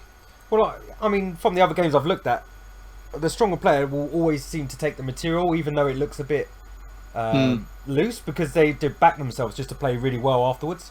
Because usually if you or I take a pawn that looks a bit suspicious, we'll be in trouble at some point. Well, the GMs just seem to just go, yep, it's fine, I know I'm going to get attacked. A bit computer-esque. No fear. Yeah. Well, anyway. They're very good defensive players. Yeah, usually. I mean, I think that's a misconception that GMs are just GMs because they can attack well, right? Surely it's I think so. the amount of games they get out of when they're in a little, or they nullify the danger before it happens. No, I know several players who, if you offer them a pawn, they will just take the pawn and then just hang on to it for grim death until the end game and win. Yeah, and they say, "Oh, thanks for that." And they're strong players as a result. So a6, queen d2. Yeah. b5, obviously. All makes sense. He didn't take. Now, I looked at this earlier, so I don't know the game from after knight g3. But I was looking at just taking that pawn. Is that bad, do you think? What, c takes b5? Yeah. Is it that bad? No, I think in these sort of positions, you let Black, if he wants to take on c4, for instance, if you imagine b takes c4, you don't worry about that because he really wants to use c4 for his knight. If you take on b5, what are you going to do to follow up a takes b5? Knight takes. Are you going to take knight takes? That drops a piece. Bishop takes then because it's forced. Yeah, and now you've opened up the b file, and it's true. Where you got a castle? Yeah. Yeah. A file's already open. You're not going to castle. I think that's probably not ever going to happen. No. Whereas if you leave it and he just takes on c4 either once or twice, then you can always win that pawn back on c4 at some point, and you just carry on with your kingside attack. Yeah. You're taking time out from your plan, which is probably unnecessary, and you're giving black a few more open lines. Yeah, but you are a pawn up. I'm just saying. Yeah, you are a pawn up, but you might but get you have mated. to concede. You have to concede something for that Yeah, privilege. No, so that's a good pawn sack from a GM then in that case, if you accept it.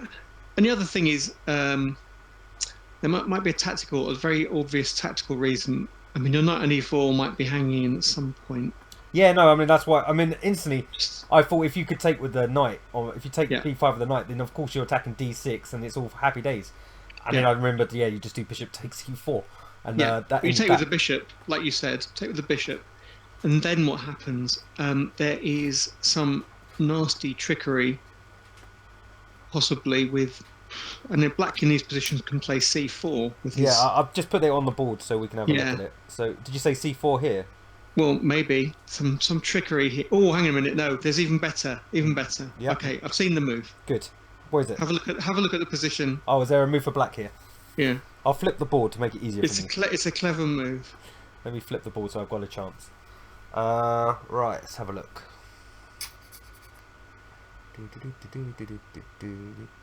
So the bishop is defended by the knight until I take the knight on e4. And then the bishop's not defended. Look at what's hanging. What is undefended in white's position? What, right now? Yeah. The rook on h1? Yes, and... Oh, and the rook on a1. So there's a fork. Yeah. It's just a cheapo. Nice. It was a cheapo, but it's effective. It works, yeah. So it's not even a pawn sack.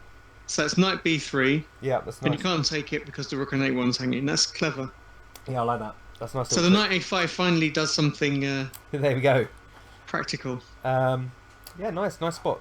Nice. So yeah, so you don't even win a pawn. So yeah, so it's a very, very nice move, b5.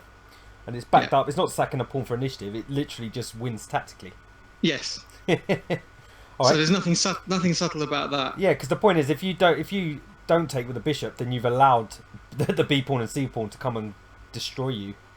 Yeah. They're just going to march down the board and kick all your pieces out of play. So you're going to lose the knight almost definitely on e4. Like b4's coming straight away. Yeah, no, you're right. No, that's nice. Nice, I like that. I like that a lot. So b5, he ignored it, which is right, obviously, after what we just said. He played knight g3, which is good, because it may be heading to h5. That looks good, because if you could get rid of that bishop, that light squared bishop for black. No, were you not after the dark square bishop and the kingside attack? You are, definitely. But what's black going to play? He's not going to let you take on f5, is he? I don't know. You double up your rooks easier on the f-file then, I don't know. Yeah, but then you can go bishop g4 and maybe... Oh yeah. You're controlling the light squares. You might get your bishop to e6 d3. That might be a nice square for your bishop. Like you say, if you think knight g3 is after knight h5? Do you think he's after that? Well, that's what I originally thought. I didn't even think about taking the light square bishop, but you're right. The light square bishop. I mean, let's play a nothing move. Let's just play. Well, I don't know actually. b4 is still quite annoying here. Where's the knight? And then you bring the other knight to e4. Okay, so that's why. Yeah. Well, would you try knight takes c5 possibly? Is that as bad as it looks? Knight takes c4. c4. Sorry, yeah. And then you take it. You take it with the bishop, yeah. And take back. And then I'm tempted by knight h5 there. Yeah, see, that's my point. I like knight h5 way more than taking this light square bishop. Yeah, I agree. Actually, yeah, it's quite.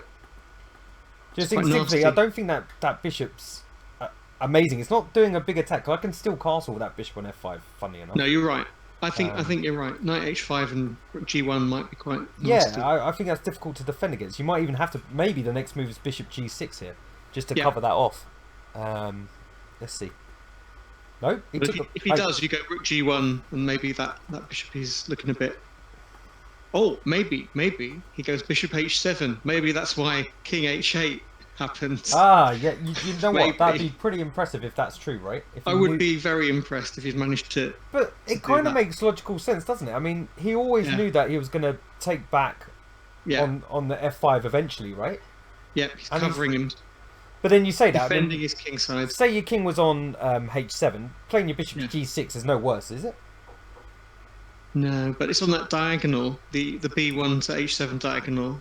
That's also being opened up by Black's play. So he always knows when you play f5, you've got to watch out for that diagonal. To be fair, if the bishop's sitting on g6, it's still a target for the rook on g1, isn't it? You can It still is. get a nice attack down there with the king, No, definitely. only the king defending it. Definitely. Yeah, so maybe that was it. Maybe that was the Yep. difference. Maybe we need to start considering rook h8. Because Good. we're only ever, like, we're brainwashed into playing king h7 a lot of the time because we're defending the h6 pawn. Yeah. So maybe you just don't have to worry about it. This knight g8 idea is just good enough. Yeah. So Black played. I don't know if that's my analysis or not, but I think he's doing knight takes c4. Is this the actual game? It seems to be the game, Adam. What, that? Yeah, Knight he takes c4. he Well, that actually makes takes. So he it does makes take. some sense. Well, I was wondering, but he Yeah. does take the light square bishop too. So Yeah. 50% me right and 50% completely wrong. We're following a logical plan, but I still like the idea of getting rid of that dark squared bishop. Yeah, me He's too. obviously got something in mind. Now you see he plays bishop takes c4, so he loses his light squared bishop. It makes sense to take the other light squared bishop off the board. Otherwise, you are in trouble. Yeah, that's true. Without that. You would have a dominant light square bishop. It's very true. Yeah. Yeah. So now, So I got right. So we'll stop here. Rook takes definitely f5. assess this position. Yeah, because I'm still liking Black. Yeah. I'm liking knight d7 at some point. Not now, obviously. I know my h6 pawn's hanging. Yeah. But knight d7 and start threatening the d pawn some more. It's pretty isolated there. Yeah, but White's got an interesting He just follow up castle here. He queenside, can actually. castle queenside, Yeah. and he can just go That defends everything. rook g1 and queen e2 to g4, and d5 is covered. He can take on c4 if he wants to. He can use g4 for his rooks, so he can double the rooks. It's looking quite interesting. And now Black doesn't have that bishop on the long diagonal. Maybe his king is safer now than it was 3 moves ago. Yeah, possibly. But you're saying that with, like, Black doesn't have any plans, but I'm telling you now that rook b8 and just simply e4 is looking all right Yeah. for Black as well. Okay, so maybe White has to take a move out to play knight e4 just to blockade. Yeah, no, maybe knight e4 now. Yeah, maybe knight e4. See, you could go positional and go queen c2 and knight e4 Yep. and just hold the light squares. Yep, that might be a move actually. No, I don't think he'll come off the h6 pawn, Adam. Okay. I think he'll leave that threat in a position so the knight can't join the fun. Okay, so let's castle, and then he plays e4. Can we just... No, it does look a bit dodgy if you just take it, doesn't it? You're just opening up too many lines Yeah, against your own king. I don't think you can lose the h pawn. I think just knight e4 here. I think he's just All gonna, right. I don't get a choice, but If this was vote chess, I think you'd have the vote. wicked. He did play Knight it. e4. Yeah, which makes loads of sense because, as I say, I would be a bit as Black. You're desperate to play e4 to open up that dark square bishop, Yeah. especially as you can clearly see that White is almost definitely going to castle queenside. But I wouldn't be depressed because of that b file is still nice. So knight e4, and Black yes. plays rook b8. I think rook b8. Just get on with it. Yeah, rook b8. You can't defend anymore. That's the point. No, or you're going to you, bring. you haven't got, as Black, you haven't got any way of opening the position up to your advantage. No pawn levers. You can't really play. You haven't got anything really to undo White's position. No. So after knight e4, maybe you are just, I don't know, just have to grovel. Yeah, I don't see anything other than the b file. Funny enough, I'm wondering what to do with my rook on f5. I wonder if I don't think it belongs there.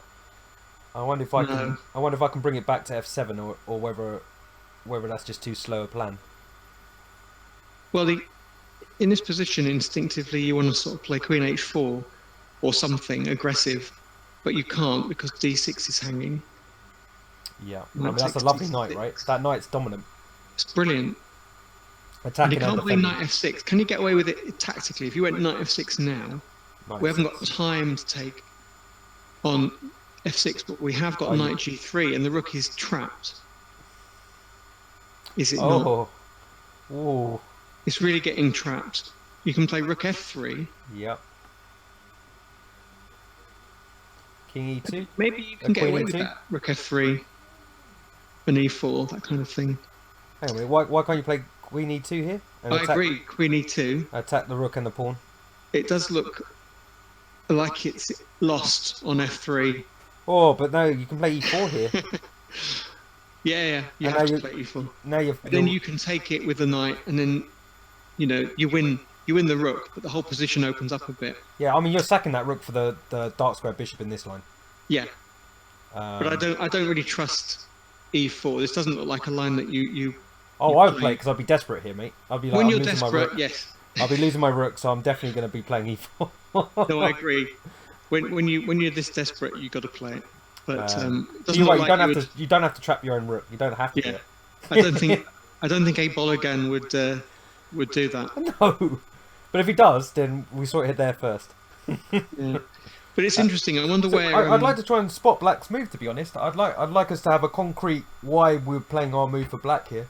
I'd really want to see where this game goes. I know you've given me a hint about the result, but Oh no, there's no result yet. They're still playing. are they still playing? Yeah, no. Okay. As far as I know, Super you Dodgy said- said that, Yeah. and I'm guessing he's watching the other commentary. He says Yeah. that Bulligan's in trouble here. I think, Okay. What's the term he used? Was it polite? Yeah, no, it was. I quite liked it. Let me Yeah. go back up in the chat a little bit, and I'll find it. But in this position, Rook Here we go. B8. Bolligan is getting kapowed by a 2200. Mm, So like 60s Batman or Yeah, we love that. 50s. Kapow. yeah, kapow. White is the penguin. Yeah. I should get some emotes, because I could get that. I could just get some images and just. Do you know what? That's actually quite a good idea. Yeah. Just in general, Why you know, not? like when you're just about to do checkmate or you're sacking a rook or something and just get on up the the screen, kapow bam. symbol. Yeah, those kind of gimmicks I think work quite well. Yeah, you can overuse them. Yeah, definitely. You'd have But, to. You'd do it for a stream and then you'd revert to something else afterwards. Okay, Rook B8. I'm betting Rook B8 because I don't really trust. I'm thinking. I Knight don't F6. agree. I think he's going to play Rook F7 and try and bring the Rook to B7. Okay. So let's see. Yeah, Rook B8. Well done. Yeah. So yeah. So okay. There's no attack on B2 yet, but it's there, right? It's in the position. If White's knight moves, there's still that potential is definitely there. Oh yeah. E4. He'd be pretty desperate for it. Which is why maybe Knight F6 was a good call. Oh, it jumped ahead. Don't do that. That'll ruin all the surprise. You know, don't just hate it when your computer just decides to do what it wants to do. Yeah, that's the thing about Chess 24, which I've never quite got to grips with. But I don't want to jump too far ahead and ruin the surprise. Though, No. to be fair, the position's going to be continue to be interesting from the very brief look I saw of it. So, Good. yeah, Rook B8 and now White to play. Would we castle? B8. Do we castle? Do we just play Rook G1? Do we have to? Do we just play Rook Do we G1? have to? I think castling might be asking for it as well. If you don't have to castle, Rook G1 is the move you're going to play anyway. Yeah. So you might as well play it. All right. You're going Rook- to castle Rook and then G1, play yep. Rook G1. That's what Just play happened. Rook G1. It's move played. So again, this is why, like, you know, okay, I know Rook B8's right. Yeah. But I also like Rook F7 because it defended the bishop as well. Yeah. But if he does, I like that fact that it's the battle of open files here. yeah, it's nice. But unfortunately for Great. Black, it's already open for Black. It's not open for. Yeah. Sorry, fortunately for Black, his line isn't open and White's line is. Yeah. But we'll see. It depends how many pieces you can land on B2 and. I mean, this would be interesting White. again. So Black's obviously a very good player, and you know, I'm negative in these kind of positions already because I can't play my E4 idea. I'm already Yeah. trying to play Rook F7, and I wonder if there's got to be something more active, right?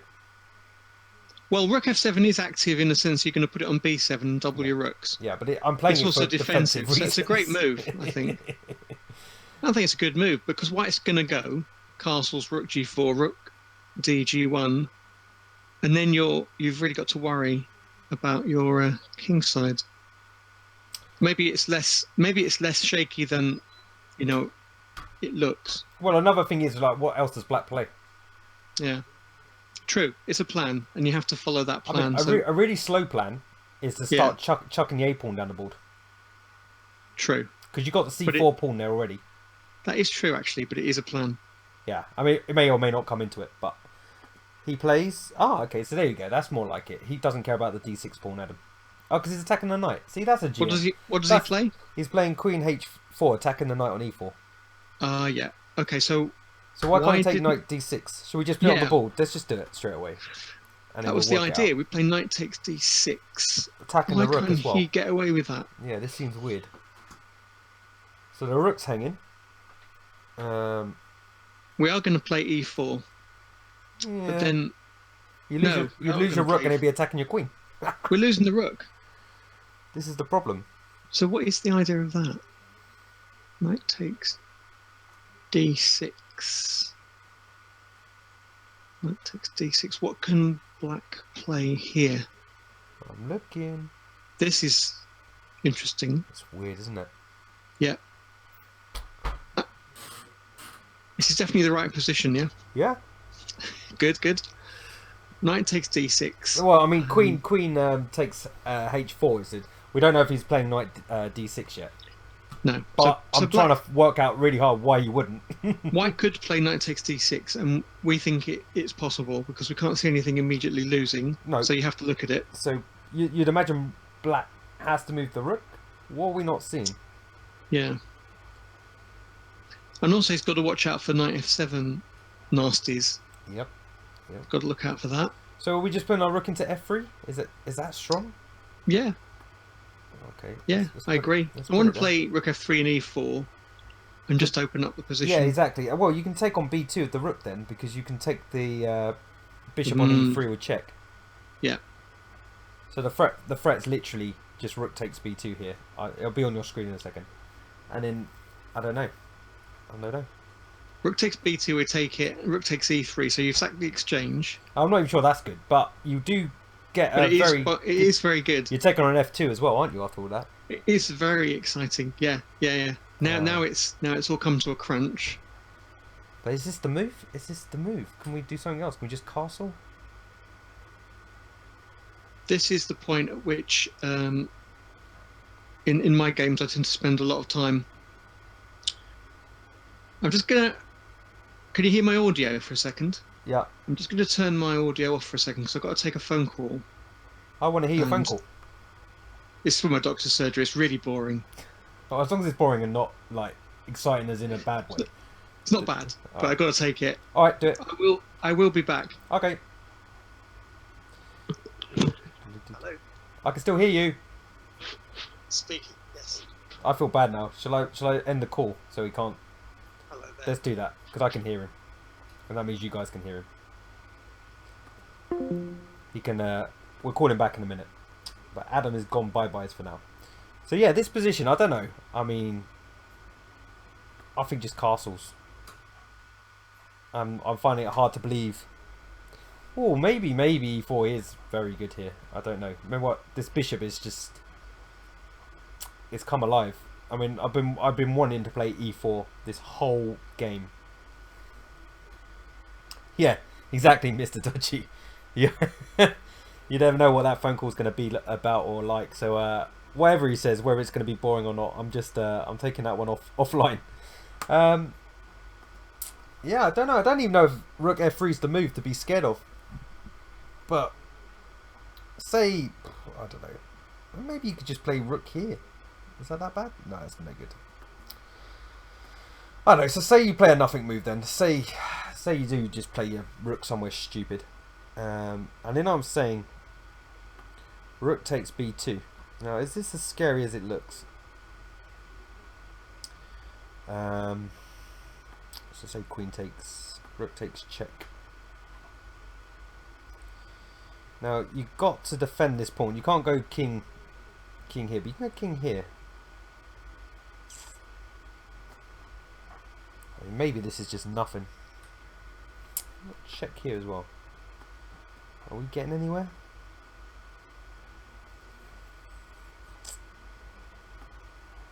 Just keep walking.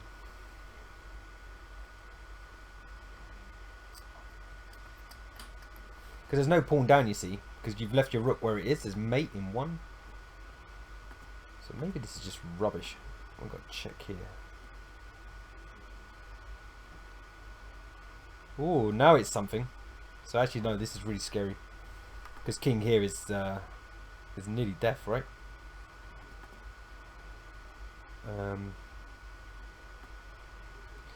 This is nearly death. As in, it is death. Checkmate. Which is a nice line. I'm not sure that white needed to walk into that.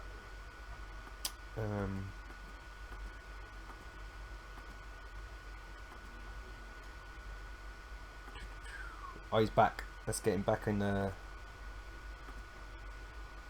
Hello. Sorry about that. That's right. I can still hear you. That's why I ended the call. Okay, I do love what you're looking at. Yeah, I don't think it works. I don't. Yeah, but it's good though. Yeah, no. If you're white and you're stupid and you walk straight into it, yeah. Yeah.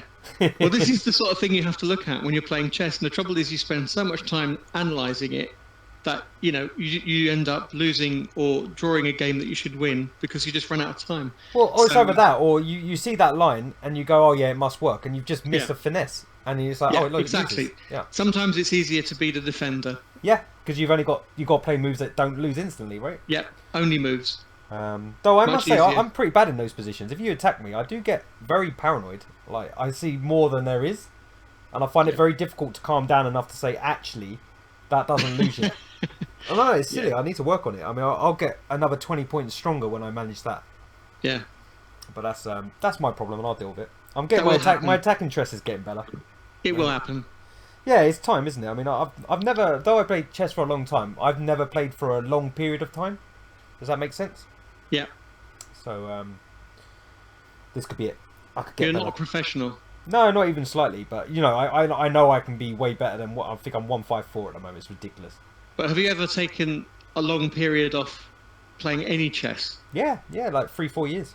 Oh gosh, okay, more than once. It's quite hard. So you can't get any continuity when you do that. I just about get to a stage and I'll stop, and I'm like, and it's not because I want to. Usually something bad's happened. But anyway. How many games would you play in a typical year? What now? Currently? Serious games. About 40, 45. That's not bad. Yeah, that's all right, isn't it? I think you're improving if you're doing that. If you play 120, I don't think you're getting any benefit. No, it might be too much. Not enough time to sit down and think about it. Yeah, what you do is you go, I was playing so many games. It doesn't matter if I win, lose, whatever.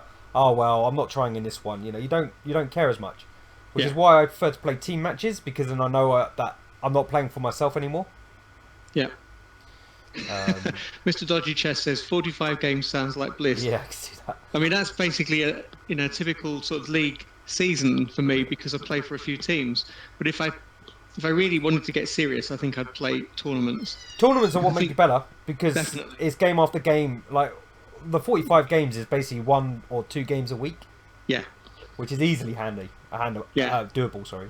Relatively low stress. Yeah, that's right. But yeah, if you're playing a tournament, then have a week off and then another tournament, of course, I mean, it'll make you a lot stronger player, but it's a lot of work as well. Gosh. It is. Okay, so we went down a big sideline there, and we're not even sure that rook f3 is the best move, so I'm going to let them play the move, because I'm a bit... Why doesn't he... Right, so we're at the position now. Is he going to take that pawn? No, he didn't even take it. So he's seen something that's... Why can't you take that d6 pawn? Now I'm really curious again. Should I put the computer on? I don't want to. No, don't put the computer on. So why can't we take that? You looked at rook f3, so we've got queen h4. Is there something more immediate than that after knight d6? Come on, Mr. Dodgy Chess. You're normally good at this stuff. Don't look at the computer though, because he already gave me an amazing computer line for the Nick Perk game, which is brilliant. I really love the line, but let's put him to work. He's a very strong player as well. Okay. So what we think is, I'm summarising what I think you're saying is that we think we can play knight d6 and get away with it. Yeah. And White obviously didn't play it. Because he's seen something. Or a ghost again. It might just be a ghost, but... Or ghost, exactly. And that happens a lot in chess. Yeah. That you just don't play something because you trust your opponent. He's a grandmaster, stronger than you. Yeah, he doesn't believe it. He doesn't believe he's just giving him a free pawn, right? That's right. And you think, oh, rook f3 with rook takes b2, this just looks horrible, and he's probably got something up his sleeve. So you don't play it. That Yeah, happens a lot in chess. There's a lot of bluff and a lot of risk in chess. It's amazing. But again, you just made the point that like earlier. You said GMs don't take that much risk, really. You know what I mean? They're very like when we Yes. looked at losing that rook on A1. That wasn't a risk playing B5. I thought it was just a risk, but it wasn't. It just instantly wins tactically. So is this another case of does this win tactically? In which case, what's the move? Hey, Do we know what the times were at this point? Do we know what times were on the clocks? I know there's an option for that. I'm not. Okay. Yeah, hang on. I'm nearly there. I think. No, I can't see it. Okay. It says how long he took on each move, but it doesn't tell me what the clock times were. Okay. But But the thing is, if he saw a better alternative than knight takes d6, you could play that quite quickly. So he's played queen c2. That's the move. And what's the benefit of that? Is he trying to get into g6? Does he think that's stronger? Yeah, the light squares. Yeah. So he wants to play, maybe castles and play rook g4. Maybe but he has to. He's just taking the c pawn with the knight, so he's defending b2 after queen c2. Ah, you mean he's just going to go instead of knight takes d6, we're going queen c2 takes c4. No, knight takes c4, so you're defending the b2 pawn twice. Ah, I get you. Over protect. Sorry. That's even more solid. Yeah, and then you're just 2 pawns up. Yeah. So that might be the reason. Because Mr. Judgy is saying he's looking at the rook f3 line too. Well, black has to do something like that, otherwise he's just losing 2 very important pawns, and his light squares are looking very vulnerable. So do you think queen h4 was actually a gamble move by Bologan? Yeah, it's hard to think of a grandmaster like that gambling, but maybe he looked at the alternatives and thought, well, these are far worse. If I just go passive. Well, the thing is that rook f3 line is still coming into this even after queen c2. So let's go on. Yeah. Queen c2. But I do like your queen c2 idea because of queen g6 as well. Oh, it's not mine. It's what he plays. Okay. It's his move, and I'm trying to understand it why he didn't take d6. Exactly, but knight takes d6. It's the same. Line. He is playing rook f3, so yeah, it's the same line but transposed. Well, the difference here is that I'll spread it out in a minute. The difference here is that bishop is actually on pre in this line because it was defended by the queen on d2. Yeah. So he castles. Now he castles. Okay. Must do. Yeah, he does. Yeah. Yeah. So castles, and we've still got d6. We've still got the light squares. Well, he hasn't anymore because he's played rook rook b6 defending the d6 pawn. Yeah. So now. Do we take the c4 pawn? That's a bit. How are you attacking that knight again? Because if you can't. Oh no, that's exactly it. If you take that pawn, he plays rook b4. Yeah, don't do that. Bish. No. Right, let's do. It's still rook tricky. g4. Say again. Rook g4 and just double the rooks on the g file. Just rook g4. With tempo. Yep, that makes sense. Will he take the pawn? Well, he's going to have to do something because we are going to play. Well, he's taking that pawn, so you can't play rook h1 for 1. Yeah. Oh, is that just not a problem? I don't think losing the pawn is not the problem for. No, you're right because rook g1 looks pretty strong here. Rook g1 is just terminal, isn't it? Yeah, I mean. So rook g4 with tempo. Yeah, you're not. And then rook g1. Black must have done something. Yeah, wrong. This is because you can't even play rook b7 because then he is taking the d6 pawn. Yeah. Your position is definitely. Horrible. You can't take that pawn. Yeah. So rook g4, queen somewhere, queen d7 then, e7 sorry. Okay. And then maybe no. Oh, actually no, I don't like that. Maybe just d8 actually. Yeah. That's better because at least you may be coming to b8. Okay. And then I guess you bring your rook over anyway, right?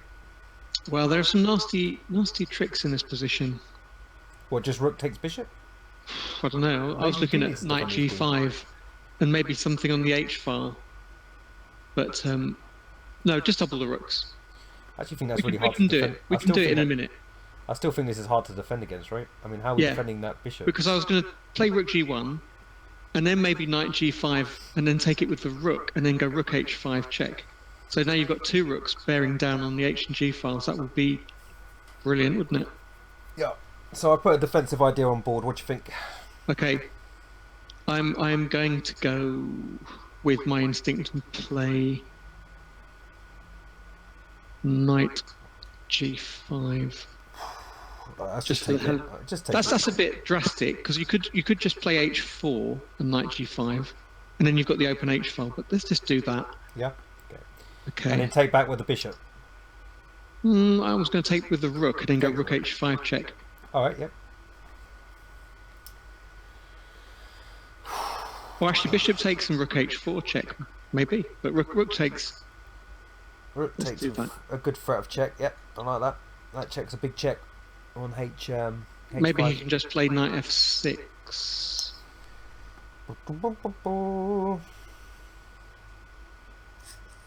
Okay.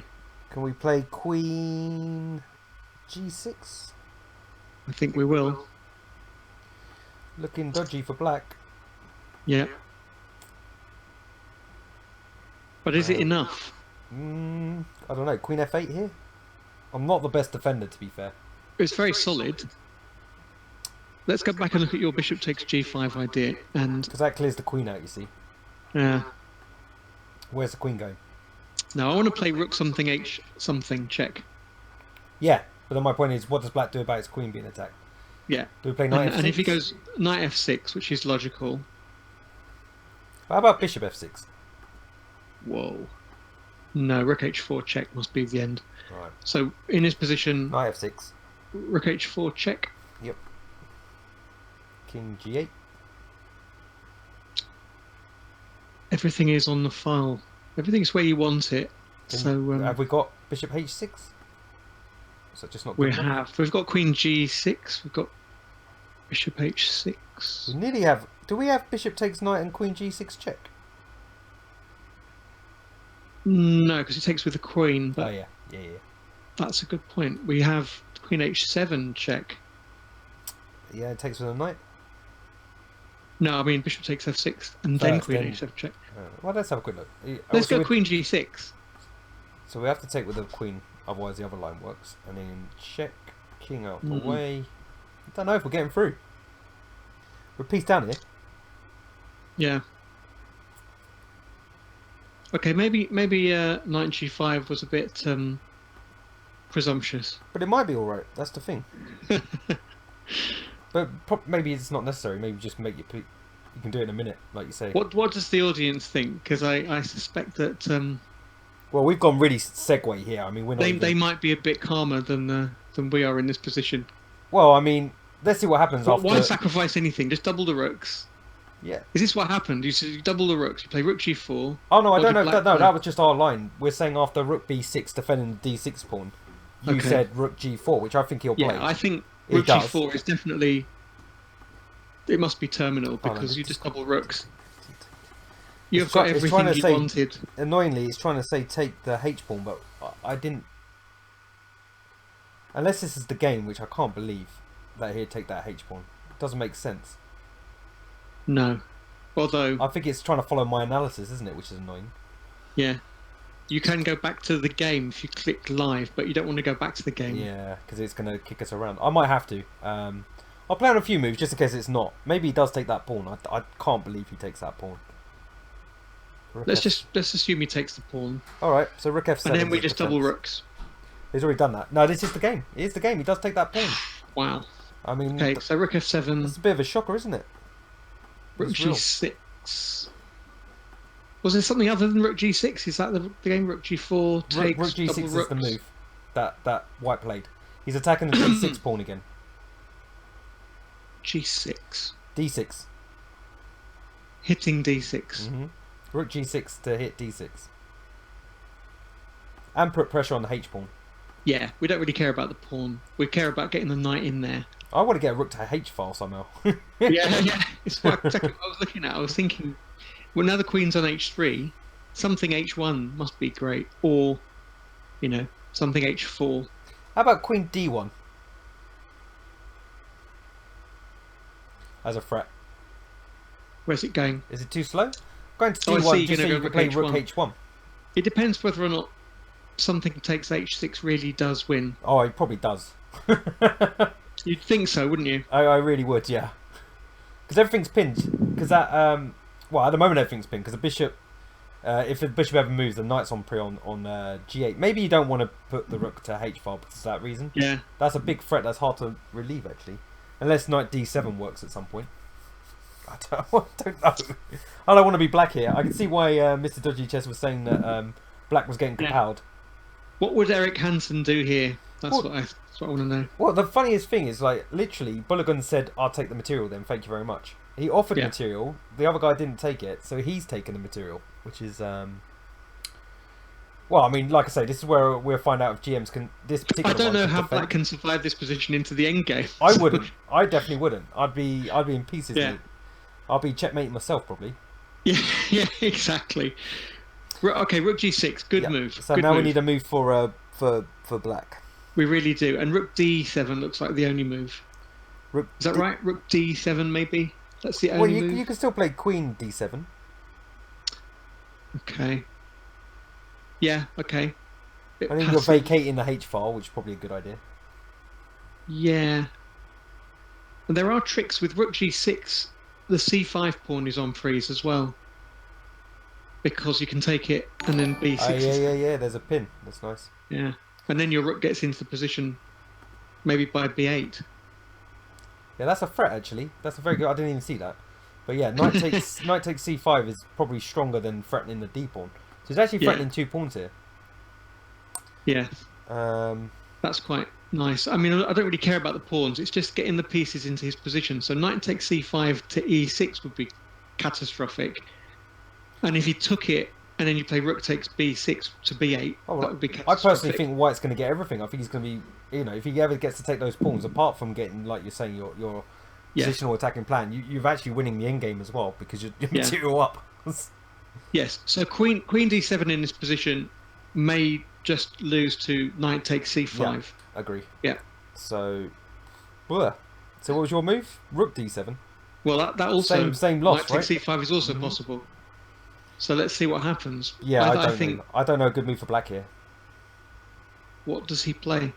Oh, I suppose he could play. He could play knight e7, and then take on d5. Oh no, he's just going to lose the d6 pawn with tempo. No. Knight e7, just take on d6 with the rook. Yeah. Well, we can show that just to show people. Okay. So rook takes, knight takes, attacking the rook again, and then rook attacking the knight somewhere. Rook f6. Mm-hmm. Where's the knight going? And I can. Well, knight e8 there. That looks quite good. Oh yeah, that's good. So forget that. So yeah, we're not doing well finding good moves for black here. That's awkward, isn't it? Which is silly because black being a GM and everything. Yeah. We're just making what we tend to do sometimes as players is if we're playing for a game and we know the result or the players concerned, we do have a bias. Of course. And really, we should just strip all the details of the players and the ratings out and just gotta ban someone. Zap him. No, I just don't get these people. Yeah, they're out there. Just don't understand them. They're just weird. No, there's worse. Ban. Find the button. Do it. Yeah, he's gone. Do it. He's gone. I think people are just they're masochists. They want to be banned. Yeah, they do. I mean, they're never going to be allowed to. Oh right, yeah, you can just say what you like in the chat. Yeah, just go ahead. You know, it's just stupid. Well, if you're new like me, that is pretty true. Until you actually work out how to make excellent people, moderators. Yeah, no, it does help. I've got some trigger happy ones. Unfortunately, they ban people when they shouldn't ban them. I've got a trigger happy nightbot that just bans everybody. Oh, your nightbot's just too annoying. You need to get rid of it. No, get rid of it. Good. Okay, so long story short here is that we thought if you took that H pawn, you'd be in big trouble. Yeah. And that seems to be true, right? But then maybe the next move is going to be something fantastic we didn't consider. Adam, ready? Are you ready? I'm not ready. I cannot see a fantastic move in this position. Well, when it comes, you'll be like, oh yeah. What, h5? Oh, he's gone for rook e7, knight e7. He's gone for this. So maybe we missed something. E7. Okay. Maybe we missed something. Well, let's be honest. Maybe you got nothing else. I couldn't see a better alternative. No, I mean it's like, what move doesn't lose instantly? Yeah, he's basically stopped the threat of something takes c5 by playing knight e7. So maybe that's the reason he has to. Oh, and he took with the knight. He didn't take with the rook. I thought taking with the rook was better. Yeah. Maybe it isn't. Well, oh wow, that's good. Yeah, that's quite a nice idea. Knight takes. Didn't look Oh, at he's that. sacking the rook with Yeah. check. Oh, a rook Yeah. for a rook. Yeah, okay, fair enough. I didn't realise that the knight actually took a rook then. That's quite bad, isn't it? Yeah, but It then just you shows can you I've take been on commentating g6. too long today. You're going to take on g6 as well. You've got the queen c2 and the rook g1 defending g6. The knight d6 is quite clever. Yeah, he's gone with it. So. Yeah. Oh, he did queen takes. He didn't even take the rook back, Adam. He took the knight. Yeah. Trying to mate him. Yeah, because you're going to take back with check otherwise. Yeah, this is looking good. Where's that rook going? He just took the knight. Yeah, that makes sense. So queen takes rook. Now hold on. Oh. This has got to be moments away from checkmate. Why is this game? You're saying this game is Yeah, still going on? It's still going even now. There's got to be. Maybe he's sitting position. He might be sitting on mate in one and just doesn't want to resign, Adam. Yeah, it could be. Go back just a couple of moves. Well, this was After all queen false. takes g6. I'm pretty sure this was all false, no?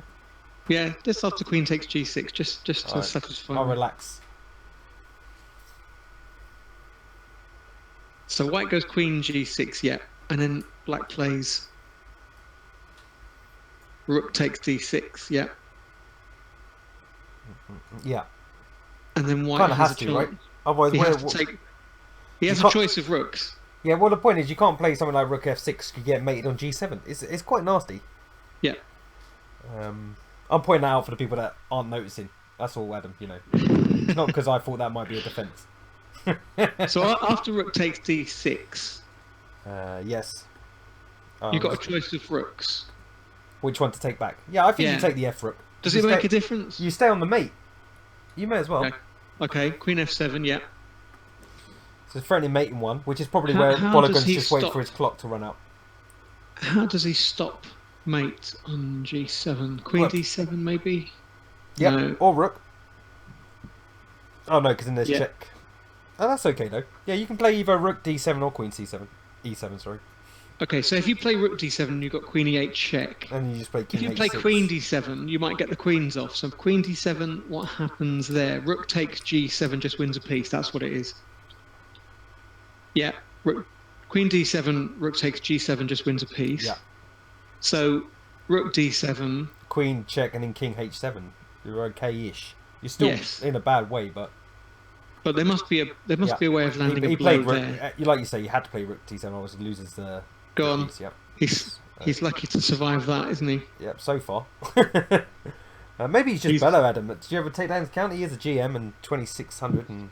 Do you think he saw all this? Now Yeah, his he was king's like- had to go to h7. I you think see? he saw this since move 2. Yeah, that's why he put his king on h8. Yeah, so now yeah. White has got a perpetual. Yeah, that's true. I don't think he wants it though. You wouldn't take No. one here, would you? I wouldn't take one here. No, but I might repeat moves a few times just To to show get your boss. time. Yeah. I bet he does.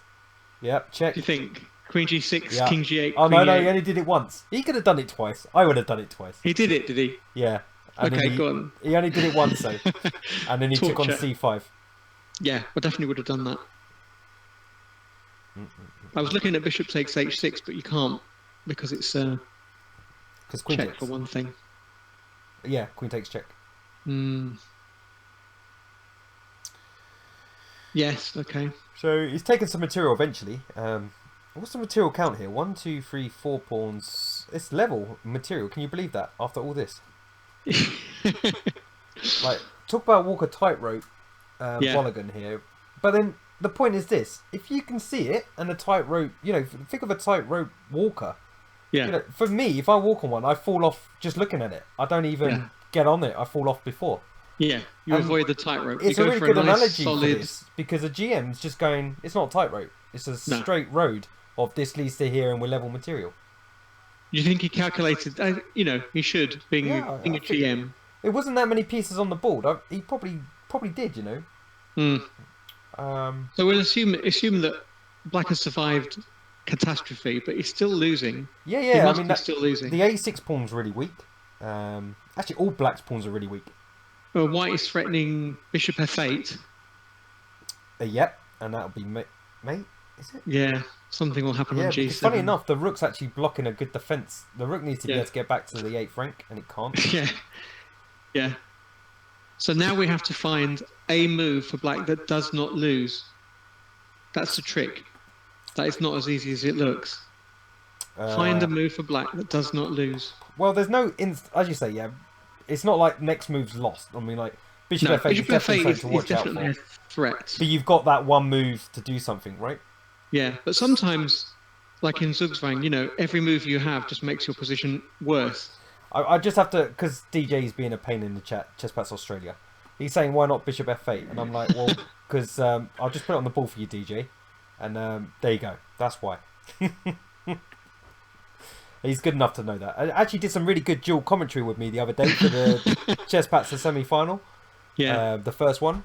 Yeah. You should watch it back at some point, mate. It's really good. Was it good? Yeah, no, I really enjoyed it. I'm going to catch up with that. It's like this. I'm enjoying this way much more than I did this morning. This morning was quite difficult for me to... There was just too many games. Yeah. And they're all in the opening stage, and my opening knowledge isn't that great, so I didn't have that much to say other than, I guess it's book. Yeah. Right now we've got and we found an interesting game thanks to Super Dodgy. So you can spend time on a position like this. Yeah. Well, I've been lucky enough to go to two Olympiads. Oh, guess what? Can you see something on the board that looks gives away the result? No way. No way. Can you believe that? Well, there is something in chess that the more crazy the position, the more it tends to be a draw. That's nuts. I can't believe it. I can't believe that's a anytime soon. I'm gutted because I really wanted a decisive result on this one. Either way, either it be black beat off the attack and then won eventually, or there's white no just kept the pressure. Here. Boring draw. You see, that's what the world will see. But the boring draw. draw. You would never look. If you saw this, they won't even bother looking at it. No, and that's a shame, isn't it? Because it's actually a very fascinating game. Yeah. But that's what's good about watching live chess, because you don't know the result and you just have to kind of work out the moves as you go along and see how you get. To be fair, I'm glad I know about the result popping up now, because maybe I can find a way for that to be blocked going forward. Right. Because that's not useful, is it? If we're looking at a game near the end and then we get the result before we actually play the moves. Well, you could easily clip the board instead of just having the whole screen. You could just clip the board, then you can cut out the results. Yeah, exactly. We'll do that. Or you could place something over the results part. Oh no, I can definitely. You could definitely. I can block that corner off, so we don't ever Good. see it. So come on, what are you going to play as black in this position? Okay, we're going to get through this one now a bit fast because someone else want to see a game. Match 27, last board. Canada. Okay, rook takes d5, bishop f8. Well, stop bishop f8. He played king g8, so that makes sense. Oh yeah. But still, it's brave, isn't it? He's just moving his king in front of the battery, but you know. Yes. Queen check. Does he always have this perpetual? No, come on, you got to try and win this. Oh yeah, I don't think it ends there. No, it doesn't. I can't believe it. No, it doesn't. I thought it did because he repeated moves again. Because it's only literally just agreed a draw, so there must be loads more moves. Yeah, hopefully. F4's a nice move. Yeah. But it's double-edged, isn't it? Because you're going to open up that bishop onto b2. Yeah. If he takes. Chesspatzer Australia makes a good point. He says even if you block out the result, you can still see it. Yeah, but I won't tell anyone. I mean, that's the part of this, isn't it? And then I can start being really leery, like, no, I think there's going to be a comeback. I've got a feeling. Or, no, I know it looks desperate, but I just think he's going to save it. Now, f4 is really good. That's what I wanted to play originally, so I can put my bishop on d4. But unfortunately, queen takes e3 check loses. So bishop takes c5, and then f4. That is a winning plan. Yep. Well, apparently not, but let's see. So he took it. I think you have to. If nothing else, at least that bishop. Do you know what? Hallelujah! That bishop is finally doing something. Yeah. It's finally doing what it was born to do in this opening, which is attack. So in this position, bishop d4. Which has happened.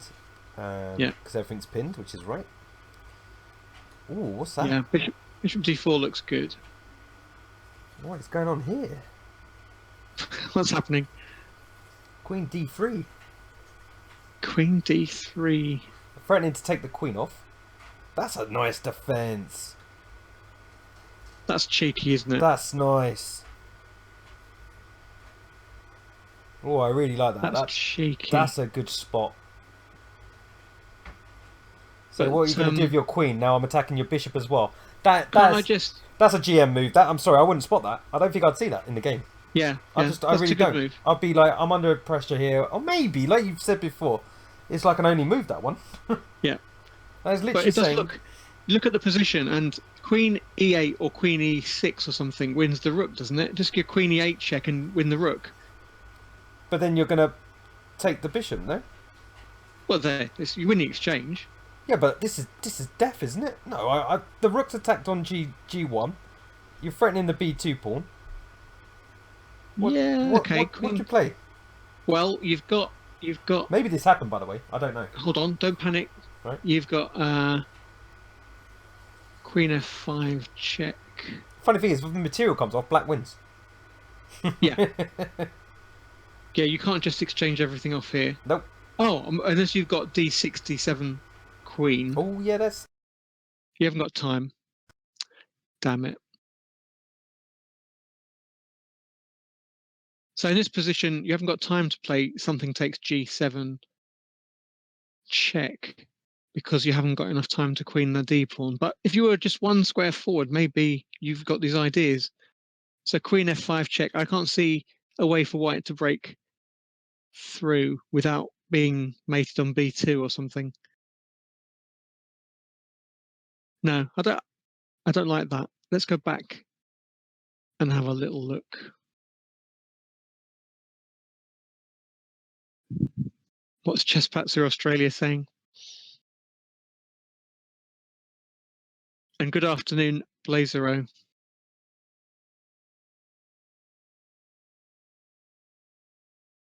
I can't hear you. You've gone all silent. That's what's happened.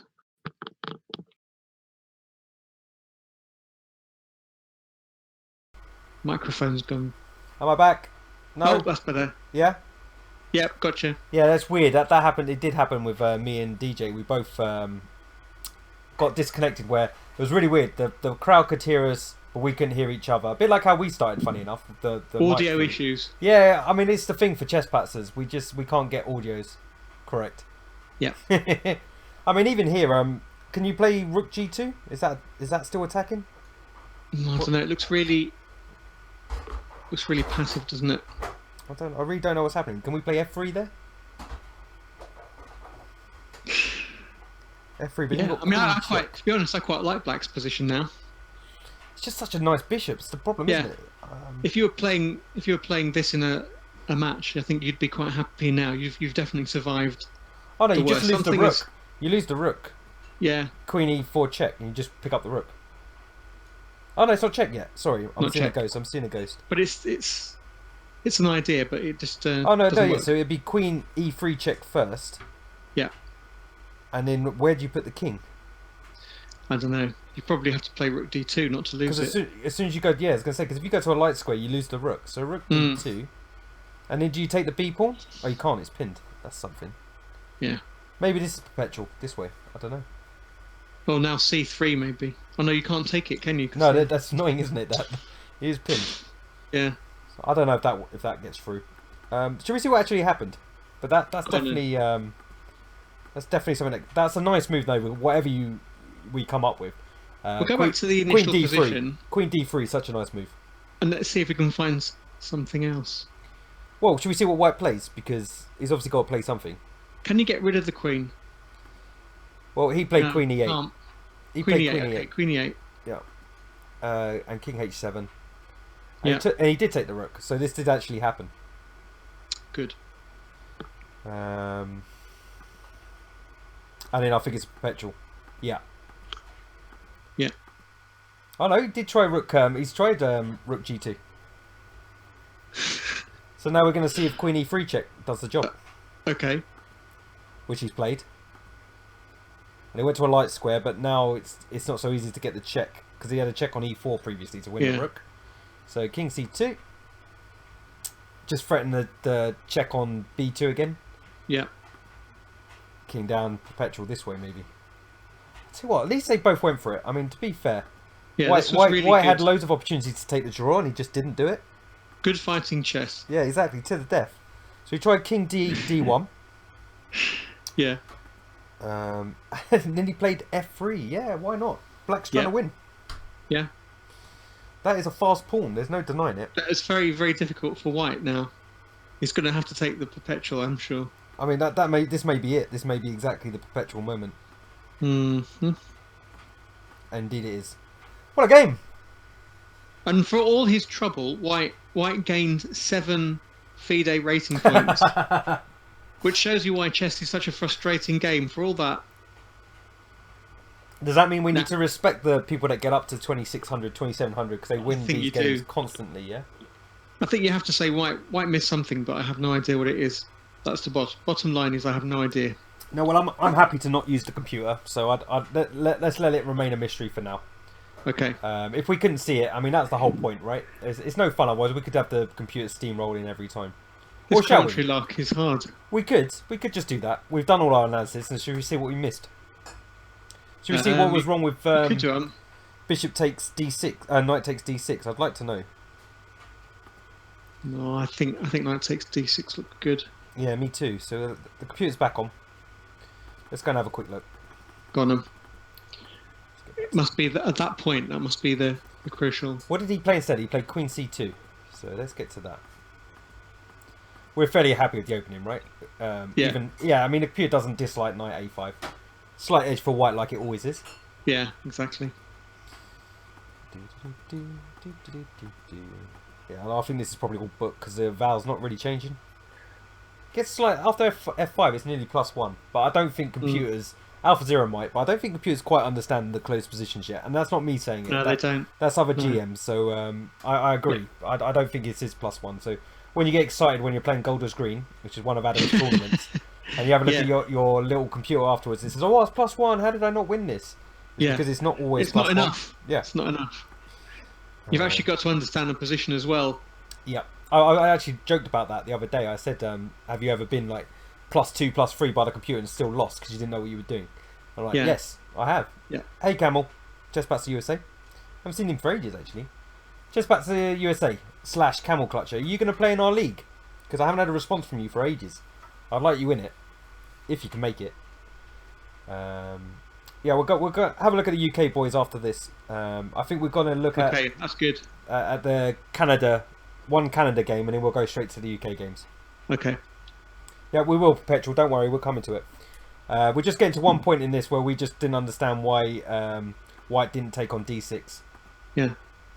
So actually, Black. This is the sort of position where a computer will give us the answer. Yeah. Now, I'm reading a book at the moment which is all about pawns in chess by a German grandmaster, and every single position looks drawn. Every single position, and the machines just don't understand these positions. But he wins the games.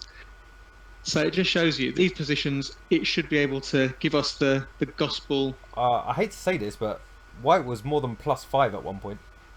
Okay. So we just have to have a look. That's really bad. And he played the right move to make it +5.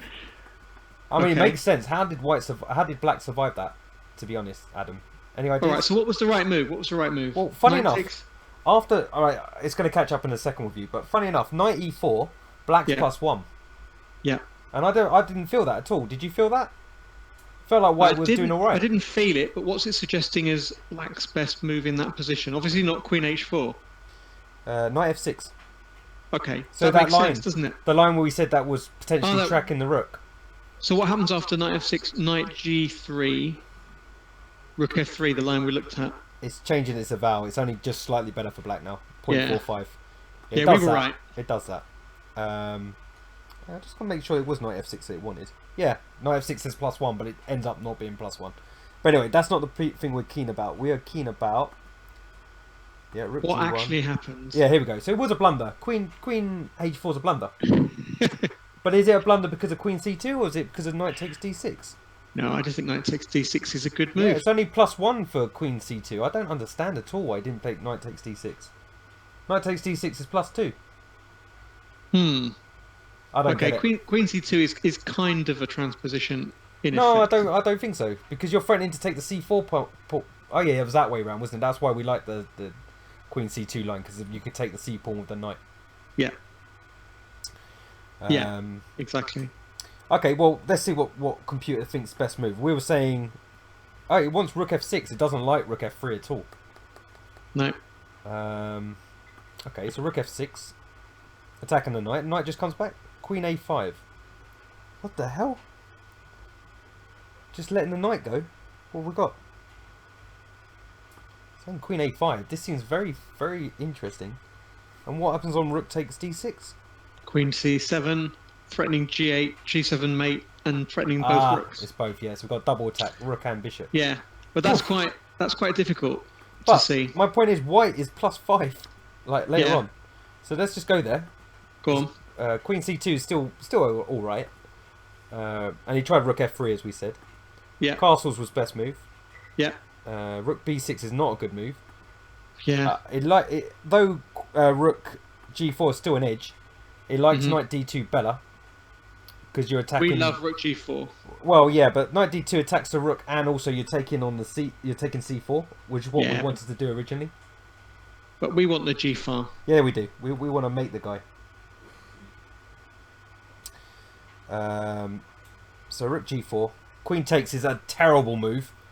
It's minus 3.1, 3.3. Rook g1, of course. So what does he miss? Rook f7, holding on. Rook g6, perfect move. Yeah. Knight e7, which we said doesn't feel like it's holding on. I think this is where he got confused. But knight takes d6 is correct. As is knight take rook. Queen takes. Rook takes. Queen takes. He's +4 here. Yeah. I'm really not surprised. So what did he miss? So with +4, rook. Sorry, queen e8 check. Yeah. King h7. No, he must miss something now. The check on g6 was right. Bishop times c5 was correct. Yeah. King g8. So what's he missed? Bishop e3. Which he didn't play, but he was still winning after what he played. So where's the blunder? Yeah. Ha! Mate in 18. What? Mate in 18 after king g8. Tell me more. How did he not see the mate in 18? That's what I want to ask the question first. Guys in the chat, can you have a quick look and see if you can see the mate in 18? This guy's a patzer. I mean, how can you not see a mate in 18? No wonder he's only 2200. Do you know what? The computer tricks itself though, because I've already gone ahead one move. Yeah, I'm not sure about mate in 18. No, it doesn't end up being mate in 18. But how does it assume it's mate in 18? That's weird. Because it says after king g8, which is forced. Yeah. White is only +4. You just have to learn to analyse these things without the machine. It's a big pinch of salt, isn't it? Yeah, definitely. It didn't like f4, so f4 was the move it didn't like. So what did it want to say? It wants bishop e3 really badly. Yeah, but white is just winning overwhelmingly according to the assessment. I mean, what's it saying here? It's saying king h8. So it's wriggling around saying, what are you going to do, white? And then d6. Okay, well, that is a fast d pawn, I guess. And that's the way to win, is it? I don't think it was that obvious then in that case. The way the computer's talking, it's just crushing and it's instantly over. But queen h4, as we said, just didn't feel right. It didn't feel right when we weren't looking at the computer. Do you remember what I said about Zugzwang? I mean, black is basically in Zugzwang here. He's got very few places he can put his pieces safely. So maybe the point is that white can just improve his position and to the point where he can go down that line we looked at and just exchange off all the pieces and go d7. Yeah, and it's just a queen that's up. It. Yeah, it probably is as simple as that. Maybe black just doesn't have enough moves to survive this. I mean, you've got to give white credit though. I mean, just to have the confidence just to keep going. He must have known he was winning. You know, sometimes you just don't quite believe it. He clearly did. And even right at the end, like it was quite. I like the way that he had that perpetual in the bank, and he was just like, I can just keep pushing it just a little bit further, just a little bit further. Yeah, just check him a few times and make another move. But he'll still get annoyed when he looks at this later and says, "Oh no, I was +3," and he probably don't we all? Yeah, don't we all? If you can't see the moves, it just shows you. Even at the top level, we all have the same feelings. We're like, how did we not see that? Yeah. No, I have a feeling the answer in this position was something that I would never have seen, or I wouldn't have had the courage to play it. Whereas this line looks like I might have played it by accident because it's just not committing yourself to anything too violent. No, I agree. I think we were playing most of the position we were playing playing the right moves, you know, by feel, right? We Yeah. did pick most of them, Yeah. which is always a nice sign. So Percy what game says are that we we need looking to. at now? Sorry, we're going to go to Canada in a second, but Percy's saying we need to declare Hendon a republic, so we can have an Olympiad team from Hendon. That's fair enough. Yeah, I'd go for that. Should we get it sorted? Yeah. Percy, can you just get the paperwork for that? We'll just sign it. Cheers, mate. So I'm guessing Perpetual. Is this the game you're talking about, Hamilton? Because it's the only game still going on. Hamilton. Yeah. Part of the chess bra. Yeah. Chess bra. Right, let's go back a bit. Someone's so lost you on... know that the to whole give it away, world will someone be lost on watching time his already. games. Huh? The whole world will be watching his games. That's the thing. Well, that's what you bring on yourself, isn't it? When you're famous. Definitely. So yeah, we're going to go through this, and then we're going to have a quick look at the England games, and then we're done because Okay. I think that's quite a lot of chess. We So- actually so spent black way is- long on that last game. I was surprised we spent that long, but it was interesting. What team is playing black? That's Nepal's, isn't it? Is that Nepal's flag? I see. Yeah, Nepal. 1937. Yeah, holding Wow. a 2500 GM. This would be interesting. Okay. Well, that's a shock already because I'm on. You know, I follow the chess bra, and he likes the London system. Sure. So that's not the London system as far as I'm concerned. Good start. No, he's made the mistake. That's where he went wrong. He just picked up the wrong pawn by accident. Yeah, C4 is just not part of the plan. Yeah, I don't think in any lines really. Except maybe the way I play it. Sometimes I play C4, but he's C4 obviously of the London system. I don't think maybe it's the he London just system. doesn't think that he needs to play his normal lines against 1937. No, exactly right. Maybe that's it. He's just skipped all the prep because the 1937 would have prepared for the London system. Yes. Yeah. So yeah, it's similar to what we were just watching. Funny enough, though E4's coming a lot quicker. Okay, so this is not really even a D4 opening anymore, is it? Let's see what happens. Well, this is almost a Pierce or a sniper. Is it a sniper? This is a dragon. Yeah, with C4, eh? So a McCrasy bind. Can you do that when they haven't played D6? Oh yeah, I see what you mean. Yeah. I don't know. It's Okay, flexible. so it's a King's Indian. It's a King's Indian. At the moment, yeah. Yeah. Knight takes D4, but it can go into a accelerated dragon quite easily here. If he plays D6, which he hasn't. Knight C3 can still transpose. I'm holding on for it to be a dragon. Yeah. I don't like this for white. Bishop E3, yep, still looking close, and Knight F6. In the accelerated dragon, you would never stop to play C4. Yes, you do. That's Of course you basically do. Do you? Yeah, it's the McCrasy bind. I play it myself as white. You actually play it as white? Okay. Yeah. It's a very simple plan. You play F3, you play Bishop E2, you play Knight C3, you play Bishop Queen D2 in your castle, and you say, "What have you got, Black?" And it's actually very difficult for Black to move around. And you just sit on it. Yeah, and you just wait, and eventually you get F4, G4, and you just get on with it. Okay. But it's not yet. I mean, it's very close. We're like one move away from it being accelerated dragon. So this is funny. It's transposition one way or the other on the next move. Yeah. There it is. Accelerated dragon. Oh, I see. Yeah. You So get by a very strange move order, we've ended up in it.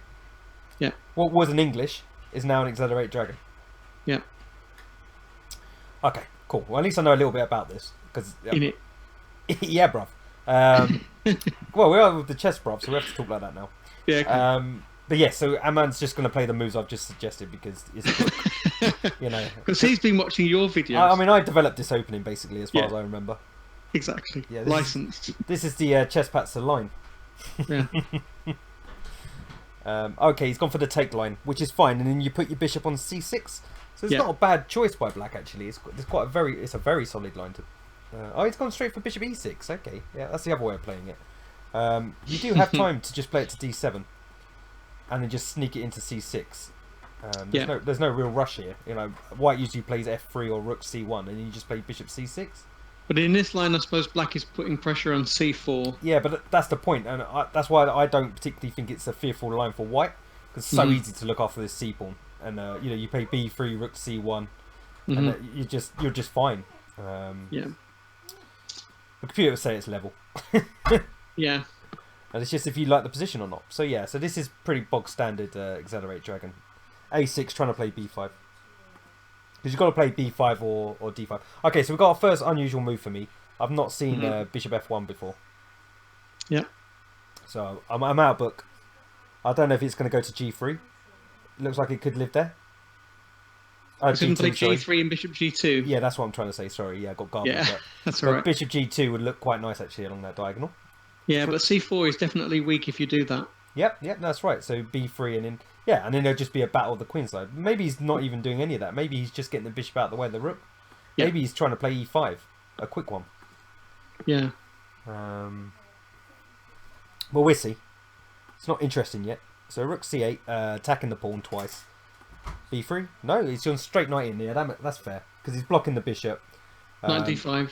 But then I see a lot of material coming off here. That's not necessarily a good thing for the good player, is it? When you want to win. Well, not necessarily a bad thing if he's got a clear strategic objective, but... Fair play to Black. He said, no, I don't want to swap pieces, which is interesting. I mean, the dark square bishops must come off, right? Yeah, they come off. But knight D7 is quite flexible because you've got the C5 square possibly. And maybe, I don't know about the E5 square yet because that walks into F4. But C5, maybe. But then B4. So what is the knight doing on D7? Explain. Well, it often goes there and then goes to C5 and... Yeah, but like I say, be a target in both places. And like when we're at this position... Alright, in this position... After knight D5, you've got to evaluate whether your knight on F6 is better than the knight on D5, right? Yeah. And what would you say? Well, the knight D5 is definitely the best piece on the board. So you just yonk it off straight away, no? With what? With the knight. And then white has played down the E file, which is quite easy to do. Triple up the pieces on the E file. Okay. That's quite an easy game for white to play. So take with the bishop. Same thing though, I guess. It's still the same thing, isn't it? Possibly, yeah. Okay, fair enough. No, you make a good point. I was only asking the question. It's a good question. After knight D7, did white really play A4? Well, he swapped bishops first. Yeah, and then he played A4. Yeah. So in that position, black hopefully plays something like A5, and then sticks the knight on C5. That looks quite nice. Plays what here? A5? Yeah. Just play A5 and knight yeah, C5. because it can't be kicked. You're right, yeah, because the B pawn can never get to B4, right? Yeah. And now the knight makes sense, actually. A lot of sense. Maybe. Maybe he does. I hope he does. I hope he plays A... I don't know if he does yet, but you make a lot of sense. He does. Yeah. Yeah, that's a good plan. So A4, what's A4 all about then? I don't know. Did he have to play B4 now? I wonder why he didn't just play B4. If he's going to go for the queenside attack, why not play B4? Whoops. B4 now. What's wrong with B4? Is he looking at bishop takes and knight B6? Is that any good? Bishop takes knight B6? Maybe. Yeah. But I didn't understand A4, because quite often in these positions I've seen, you go A4 and then he goes A5, and then you've got quite a reasonable position. Yeah, I don't like this. I've just put on the board the knight B6 line. I don't like it. Maybe just B5 though instead, actually. Maybe just B5 now. Well, here you can centralise your queen with queen D4 check, and just, I think white has got a great position. Yeah, maybe there's nothing there. Maybe B4. Maybe B4 is a better move. A4. Maybe. What was he trying to do? Was he trying to get A5 in? With the same idea? Maybe. Interesting. I guess he's arguing that he's weakened the B5 square. I'll tell you what. The B5 square, Jack, maybe he can get his knight back round. Maybe what he's trying to do is play rook A3 and then bring his rook over to the king side. He could maybe be swinging, doing a swinger. He could be swinging. He could be swinging. Yeah, I've always thought that about. To be fair, I've thought that about Aman for quite some time. Just some of his streams, you're not really sure. Yeah. That's interesting. Maybe he's thinking about that. Yeah, I mean that's a fair attacking idea, isn't it? Yeah, I think my knight reroute's probably a bit slow. Okay. You've got a potential new chesspatzer on your chat. Oh, what's happened? Who? Wara boy. Oh man, I missed that completely. I like getting new chesspatzers. There you go. I'd like to join chesspatzers. When does the next season start? Bora boy, are you from Bora Bora? Well, we don't. For one, we don't do seasons. We just do constant bad chess. So join in whenever you feel like. You checked the website, you couldn't find the answers. Well, the website says contact us, so that's a good start. But contact me through email, and I'll send you an email with all the details. But yes, there's a place for you. And in fact, what country are you from? Because as Adam was saying, Bora Bora, we don't have anyone. Where is Bora Bora? Is it its own islands? Is it owned by anybody? No, I'm serious. I don't know. I'm not very good at geography. We'll find out. Yeah, maybe you can tell us. So he played a5. Sorry, we do digress. And he did play. He centralised his queen first. Queen d4 check. I kind of like having queen d4 in the bag. Yeah. Like for later. I think DJ actually mentioned that in the semi-final, and it's when you've got a false check on, it's usually better to wait just in case someone walks into something more vicious. I was going to say Black could easily play something like knight b6 and then lose the pick. Yeah, that would just be a quick stupid move, wouldn't it? Oh yeah, I'll just get my knight out now. Sorry, so I need an in-between move for white. White plays g3, just waiting. Plays knight b6 and then queen d4 check wins the knight. I'll just put it on the board just so people can see.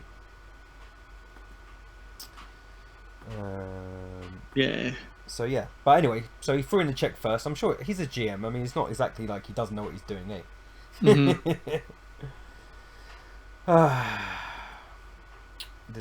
No, we've already got Chesspatzer Turkey, funny enough, but depends on what city you're from. We can get you Chesspatzer Istanbul, or I mean, I only know 2 cities, Istanbul and Antalya. Those are the only 2 I know. I'm sure there's plenty more. Ankara. Oh yeah, no, I know that one too. So we'll definitely shoehorn you in somewhere. So he played f6. Interesting. Weakens the e6 square. Can we be playing something like knight f5, f4 here? Maybe. Yeah, possibly. I don't know if it's any good. I quite like White's position there. He could just play quiet moves and build up his position. This is the whole point of why the Accelerate Dragon does foul quite a lot of the times against c4, because White does have a very strong position that he can move around in quite easily, and Black doesn't have a lot of squares. Like the plus side of a5 we discussed already is in its stopping b4 on expansion, but in a lot of the lines the queen should be on a5 because it should be flexible to be able to swing across the 5th rank. Yeah.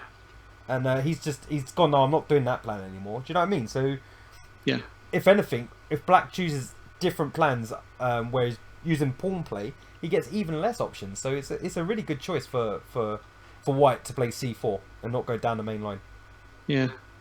Black is going to stick his knight on c5 and just wait. Yeah, I guess. I mean, that's the only trump he's got, right? Yeah. At the moment. And even then, it may not be able to stay there because you can start... The tricks in the position are stuff like rook d1 and then start... You know, if the rook ever moves to c8, you can take the knight because the queen's on pre and blah, blah, blah. There's loads White's of going to play f4.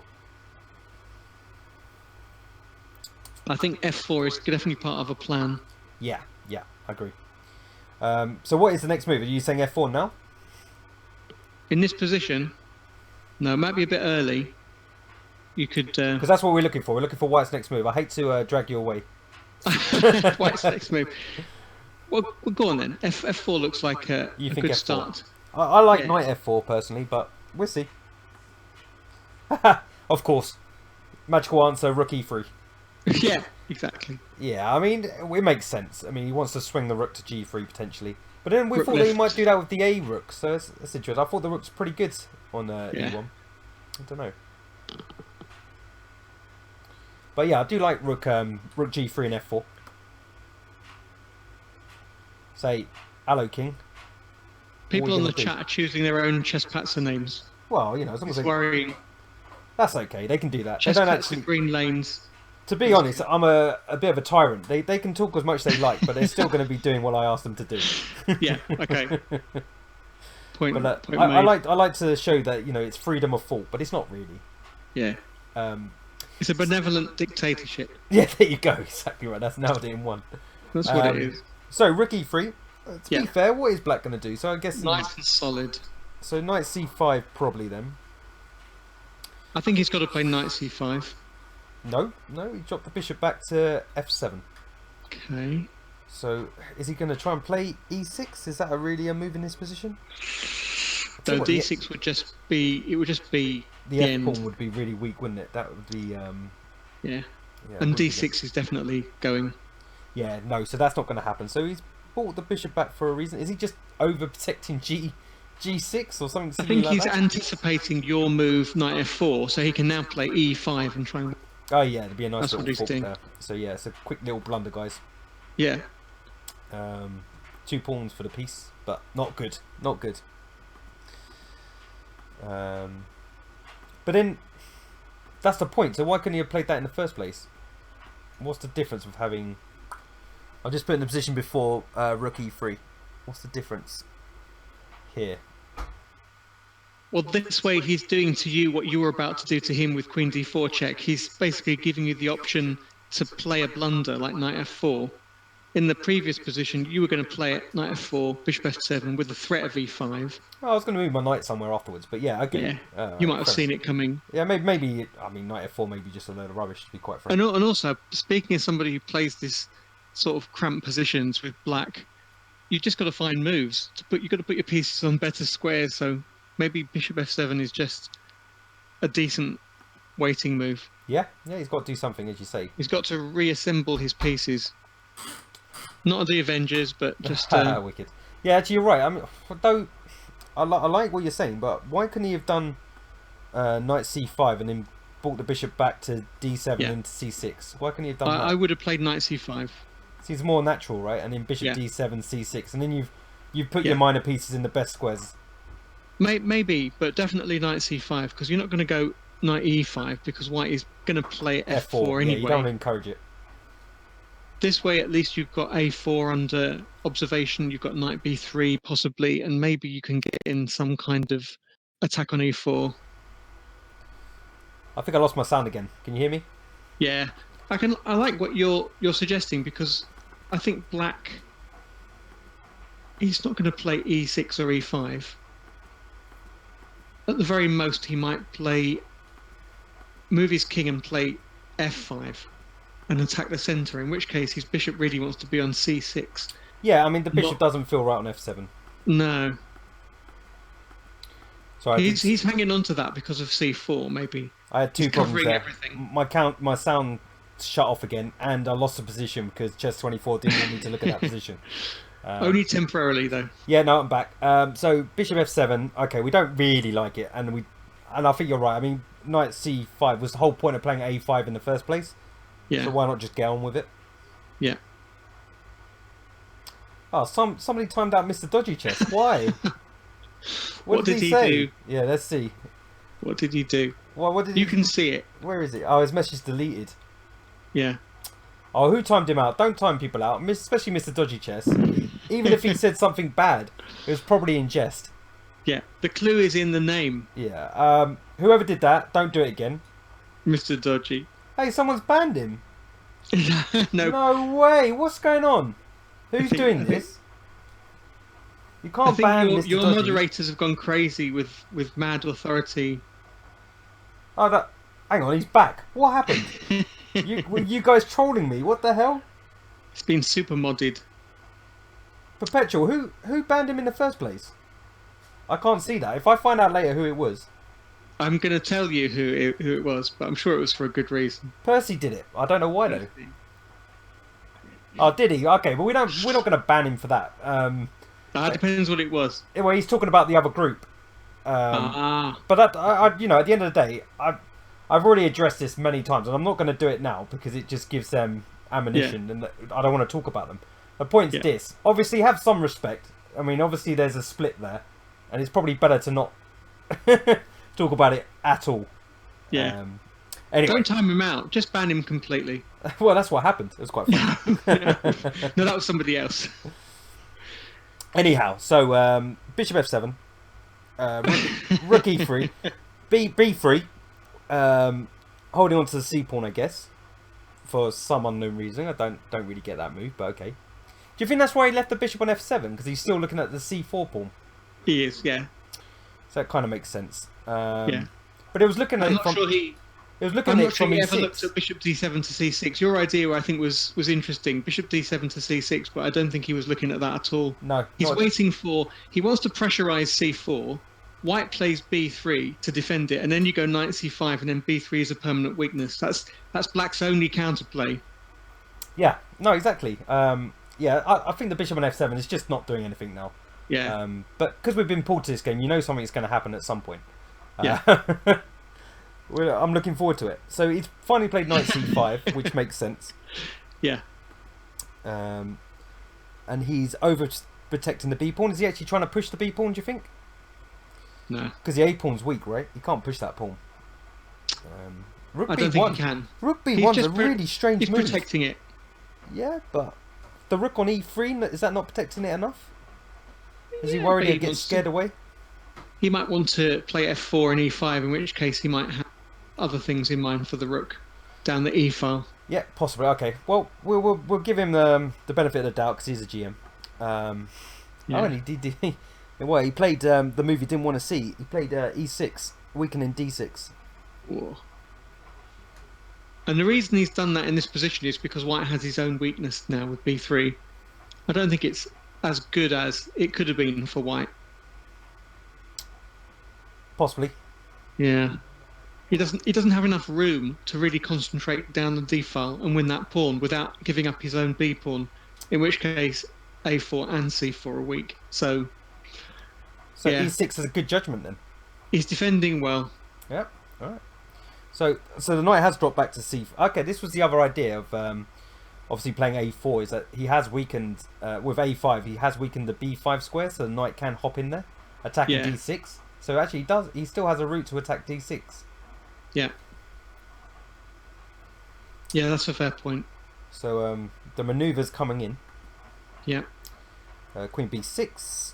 I'd still rather be white, but I can see some resources for black, but I'd still rather be white because basically black is just waiting for him to push with f4 and f5 or Black e5. set up a cheapo. Knight takes knight takes a4. Yeah, that's a good cheapo. I like that. Yeah, it's in the position. So knight b5. Your knight b5 must be played, defending d4, blocking. What? He ignored it. He played h4.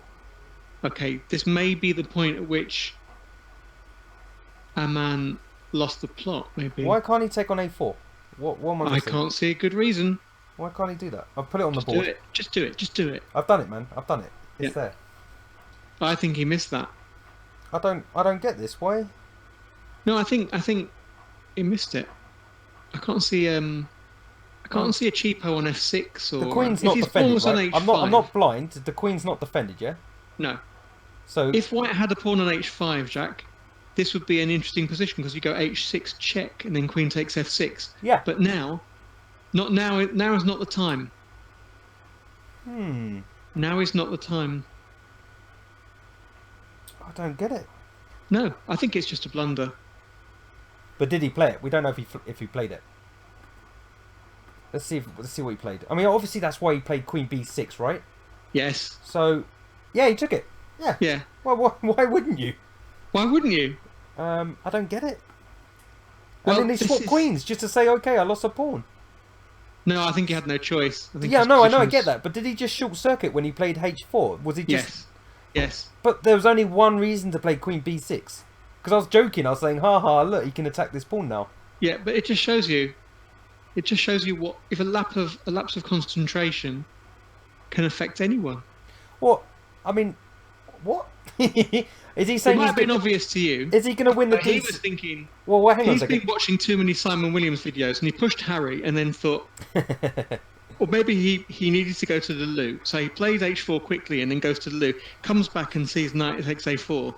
Oh my god! No, maybe he's winning the d6 pawn, Adam. Maybe it's not a problem. Yeah, it's still. I don't think anyone would let this happen, would they? I can't believe a GM would move it. Just No. miss that. That's not it's on not the a first. clever trick not in order on to the lull your first- opponent. Not on the first round of a tournament. Maybe on round No. 10 or something like that, and you're tired and. Yeah. No, he must be winning the d6 pawn. Sorry, Chess24 reset the board again. Listen, in a weekend tournament, if somebody played h4 against you, and you knew that you had knight takes a4, you'd look at that really carefully, especially if they went h4 and they went, oh my god, I've just, and went off to the loo. You'd think they've just tried to trick me. There's something after knight takes a4 that I'm missing that just wins a piece for white. There must be something, but there isn't. It's just a blunder. Well, hang on, we haven't gone far on this line. I'm pretty sure he's winning the d6 pawn. Well, let's see it. So knight b5 here. No. Yeah. Oh, is he just what? He's attacking the a pawn first. Knight takes a4. Queen b6. Knight b6. He probably okay. He wasn't winning the d6 pawn, but is he winning the a pawn? Rook a1. Well, he's lucky to have the opportunity, but black can just play a4 and win the c pawn. Which doesn't happen. Yeah, that's a good. Your option is better. I don't like playing rook. Maybe he can do that. No, maybe he can't. Maybe he can't because you can take it with the knight and then the rook. Yeah, you're right. Yeah, and then there's. But now he can do it with rook a8, maybe. So knight b5 attacking the d6 pawn. So is he forced to play rook d8 here? Yeah. Yeah, which he's done. And then he can play d5, maybe. He's got all the pieces lined up to play good moves. He's gone knight c6. Sorry, c7. Knight c7. I mean, to be fair, I think Aman planned this. I'd love to see the chess bra stream. I'd like to know for sure if he has, but he seems to have a lot of counterplay for giving that pawn, right? But that is... The point is, black has won a pawn, and in order to do that, he's released a certain energy in white's position, and white's got all these moves, but is it enough to compensate him for a whole pawn? Well, at the moment it is, but we'll see if it runs out, right? So yeah, exactly. Can you play rook 8? Well, I mean, you kind of have to, if you want to hold on to material, you have to play rook a7. And then is white just playing b4? But then you got a4. Yeah, and then c5. Hold on, you can just go rook c8, and then you just attack the knight. Take the knight, yeah. I mean, you'd take a draw. You'd take a draw as black against the GM, wouldn't you? If you're 1937.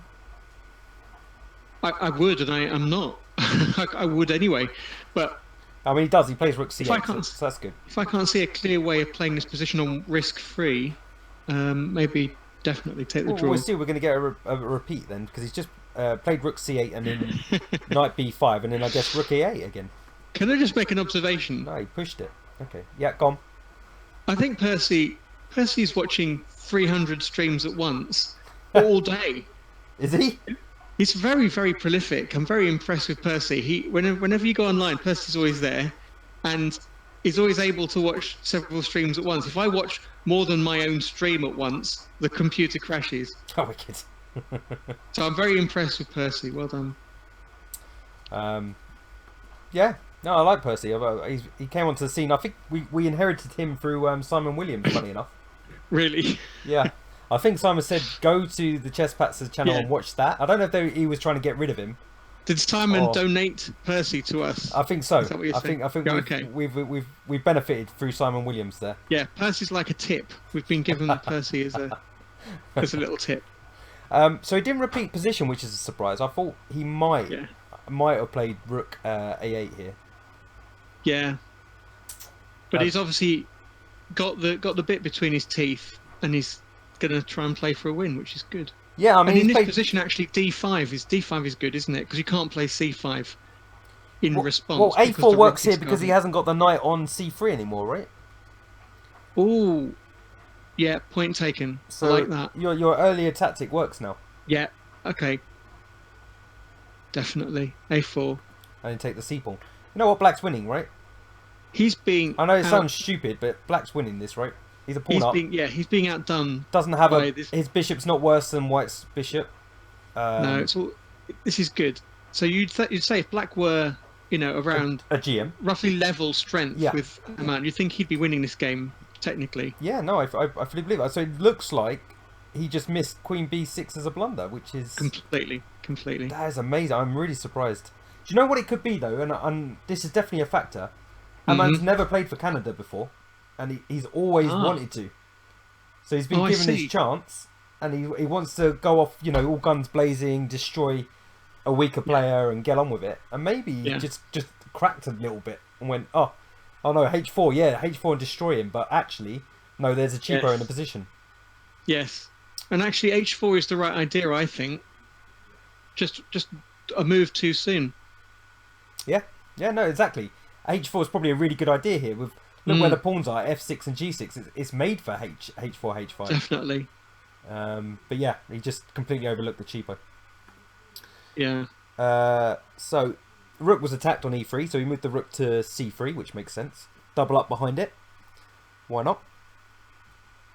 rook c1 coming. In fact, he's threatening to take the knight because there's a bishop on f1 that I forgot about. Yeah. It's actually now doing something practical on f1. What do we do with black then? Do we weaken the d5 square? Do we play e5? Is that just no good? Do we want to play d5 desperately? Probably I think d5 is a good move. I think d5 is probably right, isn't it? It's just a good move. So I'd be surprised if he doesn't, because he's played well to this point. Yeah. Yep. It's just a pass pawn. d5 on the board. Pass pawn. Yeah, I mean, and you want it to be an exchange, so the black light square bishop actually has a bit of a life. Well, he can't allow black to play d4 and e5, which would be massive for black. That would just be the end of It'll charge right through. I mean, look at. I know I'm not good enough to talk about this, but look at the coordination of black's pieces. Yeah. I mean, it's ridiculous, right? Every piece now is suddenly in the right they square. look like they'd all been put in the right place. Yeah, yeah. When initially I was saying I like white, black can't do anything, but just losing that one pawn has made it collapse completely. Yeah. Interesting. So yeah, well, let's see what happens. I mean, he took. Yeah. So I guess you take back the rook. No, you can't. You have to take with a pawn to defend the knight. Yeah. So you got a pass pawn marching down the board. You'd argue your c4 knight's better than the b5 knight. Your rooks are both better. And black must be more than a pawn up here. I think it's probably pawn and position. Yeah. Because sometimes now he's threatening to play d4 and just roll the pawn up the board. Well, not straight. Oh yes, he is. Of course he is, because the bishop's defending. Now the bishop knight. is on a perfect square. Yeah, yeah, really, really strange, eh? It's amazing, isn't it? A 1937. Well, let's just say currently dominating Ammon. Come on, Nepal. Yeah, exactly. Let's cheer on the underdog. Yeah. So what does white play here? And what would you play to stop? Knight d4. Just knight d4, block the pawn. Yeah, blockade the pass pawn. Yeah. Or rook d1, I suppose. Knight d4 played. Knight d4. So now we need to progress with black. Yeah. Can we swap some material here? What would you do if you were playing black here? I might be tempted with trying to get that c3 rook off the board, because it'll be on pre after I move the knight. So how about knight d2? Well, that's good technique. Trying to swap some pieces off. I was thinking of maybe rook e8, just occupying that file. I'll put it on the board. Let's see if rook e8 and then rook e4, maybe trying to get rid of the knight. Maybe, but white has got g3 and bishop g2, so maybe you're right. Maybe get rid of. Do you think the knight is better than the bishop in this position? I think overall, yes, I do, but I know that bishop's got a lot of potential. So you could stick. You don't have to take it. You can go knight e4. Just come back this way. Yeah, well, knight e4. I mean, what's White's move here? I mean, he may play this. We don't know. He may have played knight d2. I'd be tempted, and I'm about 1900. So let's say he plays rook a to c1 because he wants to keep control of the c file. Rook a to c1. Yep. How are you gonna stop him taking over the c file now? Do I care? Do we just swap a pair of rooks and take the bishop? I guess that knight's actually pretty good on d4. I don't know if I want to do that. It is making the bishop look pretty sad on f7 at the moment. Yeah. I think at that point we might be. So maybe it's just a bad idea. Knight d2. If it was just to win the bishop, then it's job done. But it doesn't actually do anything other than possibly help white. Yeah. The c file is important. I think instead of knight d2. How about rook c5? With the idea of just doubling up rooks on the c file. Okay, I'll give you that. Yeah. I'm going for rook e8 and rook e4 as a kind of way to try and get rid of that knight, yeah? Adam's I just want to get rid of your knight. If possible. But you've got g3 and bishop g2, and maybe you've got a sensible position. I mean, it's still very difficult to win, isn't it? Because you've got that pawn, but how are you going to get it further up the board? No, it's tough at the moment, yeah. You have to challenge that knight with your own knight kind of thing. And or a rook, as you say. That rook manoeuvre is not a terrible idea. I mean, White's still got counterplay. I mean, he's going to get a rook to the b file as well, potentially. That B pawn's not that easy to look after. Okay, let's go for your idea because actually rook c5, okay, rook dc8. I mean, we don't get to go for it, unfortunately, Adam. I hate to tell you this, but someone else played this game. Damn it. Sorry. Okay, I thought this was vote chess. No, it's close to vote chess, but unfortunately we don't get the final say. He actually went for rook a8. So he's trying to target another pawn now. Oh, hang on a minute. Rook a8 is better than both our ideas. Well, it makes a lot of sense, doesn't it? Because... Oh, it does, though. I mean, yeah, we're going to make mistakes. I mean, that's the fun He's going to go right? rook a5 and rook a8. Exactly. Just win the other pawn, get two passed pawns and say, thank you very much. Yeah. So Aman went for the b pawn, which is dead right. He has to counterplay. So I'm guessing rook a7 and rook a8. How did he go for the b pawn? With rook b3? Yeah, rook b3. He's got to keep the other rook on the a pawn. Though he could have swapped off pawns. I don't know if that's a good idea, though. Because then black's rooks penetrate. Go on then, rook a7 probably. Probably. No, he didn't. That's interesting. Rook d7 is the only other one, isn't it? Yeah. I'm not sure I like that. What's he up to? Just improving his position quietly. But I like rook a7. What was wrong with rook a7? Was it just a case of if he played rook a7, would he have just played... Oh, well, I'll give up the a pawn and just play rook b1? Yeah. Rook a b1? And then exchange the a for the b pawn, yeah. Yeah, that's probably... And white probably wants that, actually. Because obviously if black gets two passed pawns, he's in big trouble. So, okay, that makes sense. So maybe... Just fewer pawns on the board is probably a good thing for the defender. It's a bit scary to know that a 1937 can outplay both of us quite easily. And we're sitting here with no pressure. Yeah, but we would have seen knight takes a4 in an instant. Yes, true. We wouldn't even be in this situation in the first place. I'd have played queen b6 with that in mind. Yeah, no, it's crazy. Yeah, if you knew that you were going to get this position, knowing that my opponent wouldn't fall for it, but playing it anyway. It's wicked.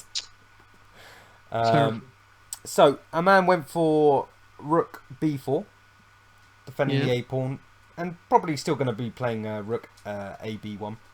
Yeah, makes sense. So what do we do as black then? How do we increase pressure on white's position?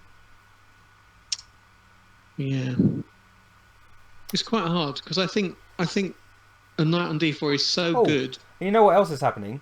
He's attacking the c4 knight as well. I don't know if he's going to swap that off at some point and maybe play rook c1.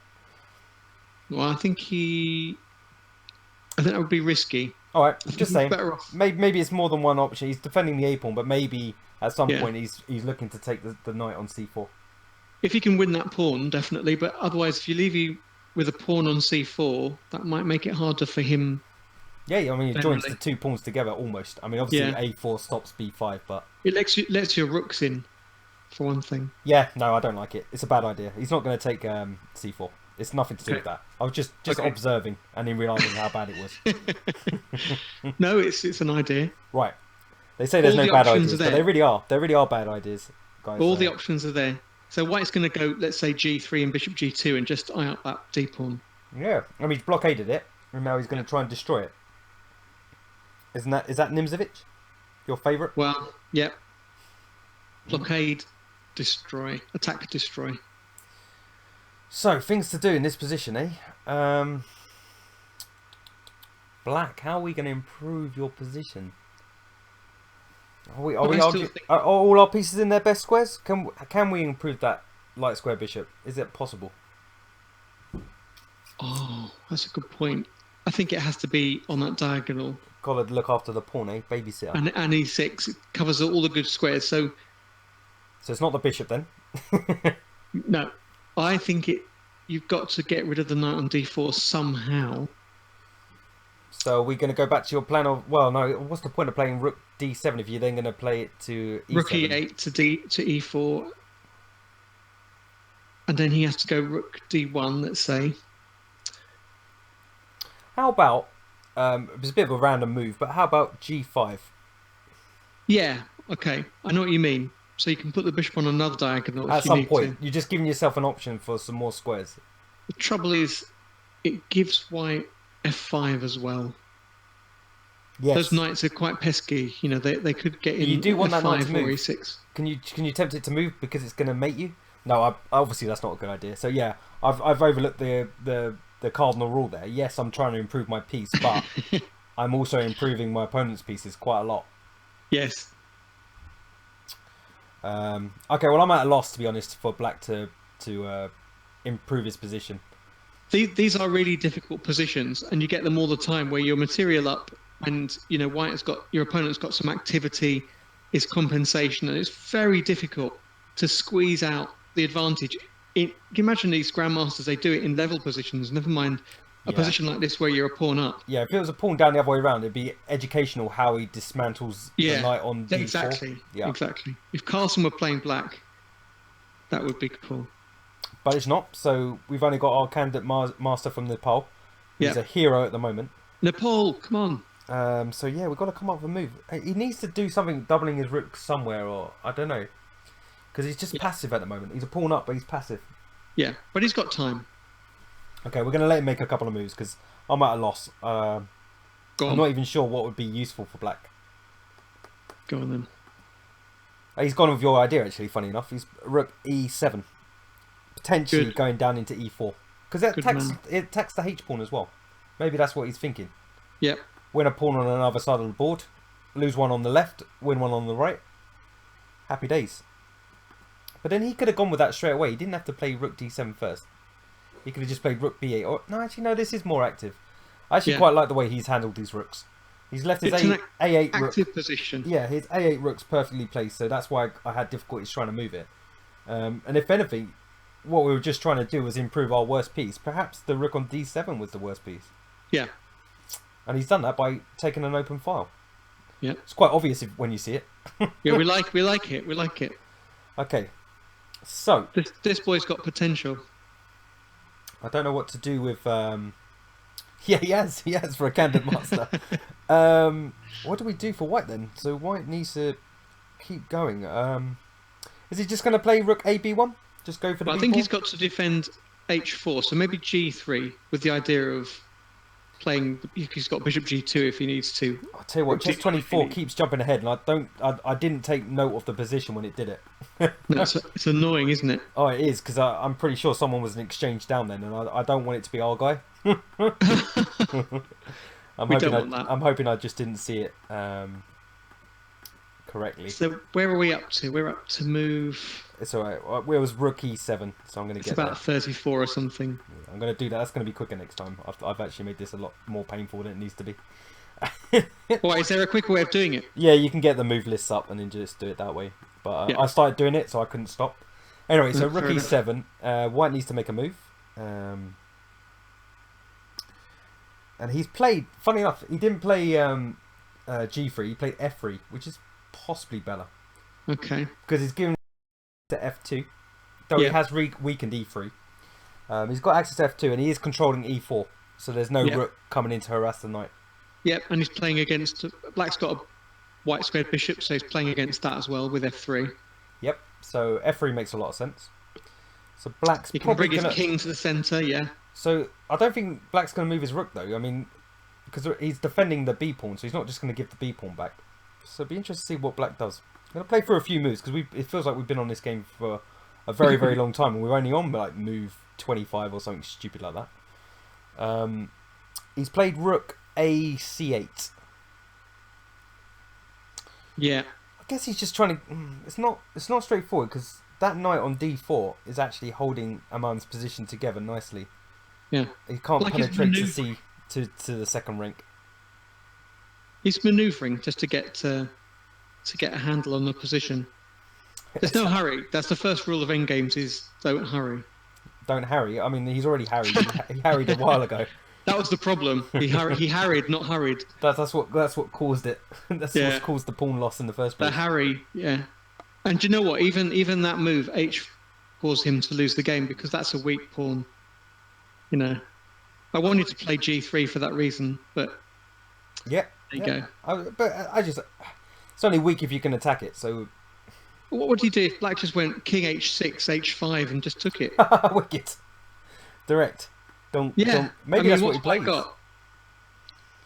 White can play g3, and then you g4, can go back again. No, you just play g4, don't you? Yeah, but then you just go back again, and what White has just chucked his pawns up the board, and you've got a weak a weak pawn structure. A weak f3, maybe rook. Yeah, yeah. Rook e3 coming in potentially. Another target. To be honest, he'd probably play rook e3 anyway. Do you know what? It's so awkward. He doesn't quite have the squares because he can't get his rook into d3 at any point, which is a shame. I'm just trying try and dislodge that knight. Yeah, you've got to just keep creating little weaknesses in White's position, and something will give. So, but it is a grandmaster. Our man's gone for rook c1. Yeah. Pinning the knight. Okay. No threats. No threats yet. No. Oh. But there might be some knight b5, d6 ideas. Black's gone really passive. I don't know if he's offered a draw. I wonder how many times he's offered a draw. Doesn't say on the... No, it's not like League Chess. But... I can't believe he's playing for a draw. Well, he's played rook c7, rook 8 to c7. That's just a good, solid move. Okay, so knight b5 attacking the rook. Rook's going to move. Oh, the knight moved. Does he need to move that knight? You don't ever want that pawn to start rolling. I guess he can't at the moment because all the rooks and the bishops attacking that knight. Yeah. So he just brings the knight back. Okay, see, I told you he was going for a draw. So rook c7. I think you'd be surprised. Knight b5 again. Rook d7. Knight b5. Is that 2 or 3 times? I'm rubbish at repeating positions. I'm never He sure. hasn't repeated it enough, I think. Is it the next 2 moves? We should really ask Perpetual. Oh, do you know what? Black broke it. Yeah. Black played knight e5.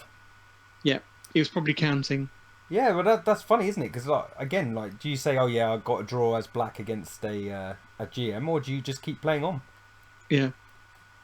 I know it's 3 times, DJ, but it's not always easy to keep the final position 3 times. I don't know if that makes sense.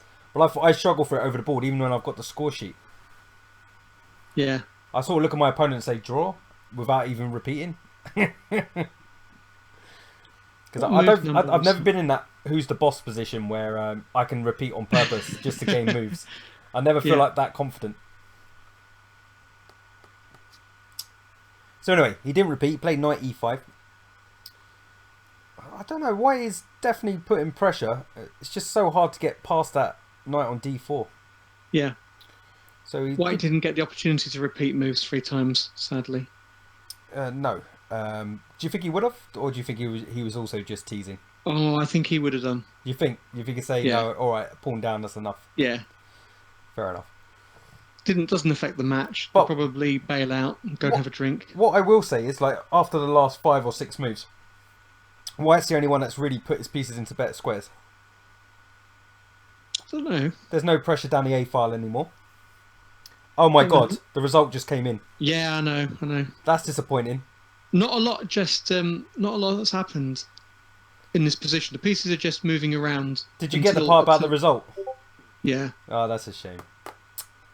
But fair play to our hero. Interesting. So how does he win this position? Spoiler alert. Yeah. How did it get to that point? I mean, I can't see it from here. I really can't. But we're gonna. That's quality. A 1900 out playing a newly crowned GM. That's amazing. Let's get through some moves. Yeah. Adam has to go as well. I think you just messaged me, didn't you, on something else? I don't know what you messaged me. That's cool. Let's just get through this game. We'll call it a night because we've gone through quite a lot anyway. No, I think it's been good. Yeah, no, it's been fun. So let's go to. So I guess get too many Discord messages. It's on Discord. There's Cheese Patzer. Yeah, no, that's great. Cheese Patzer Australia.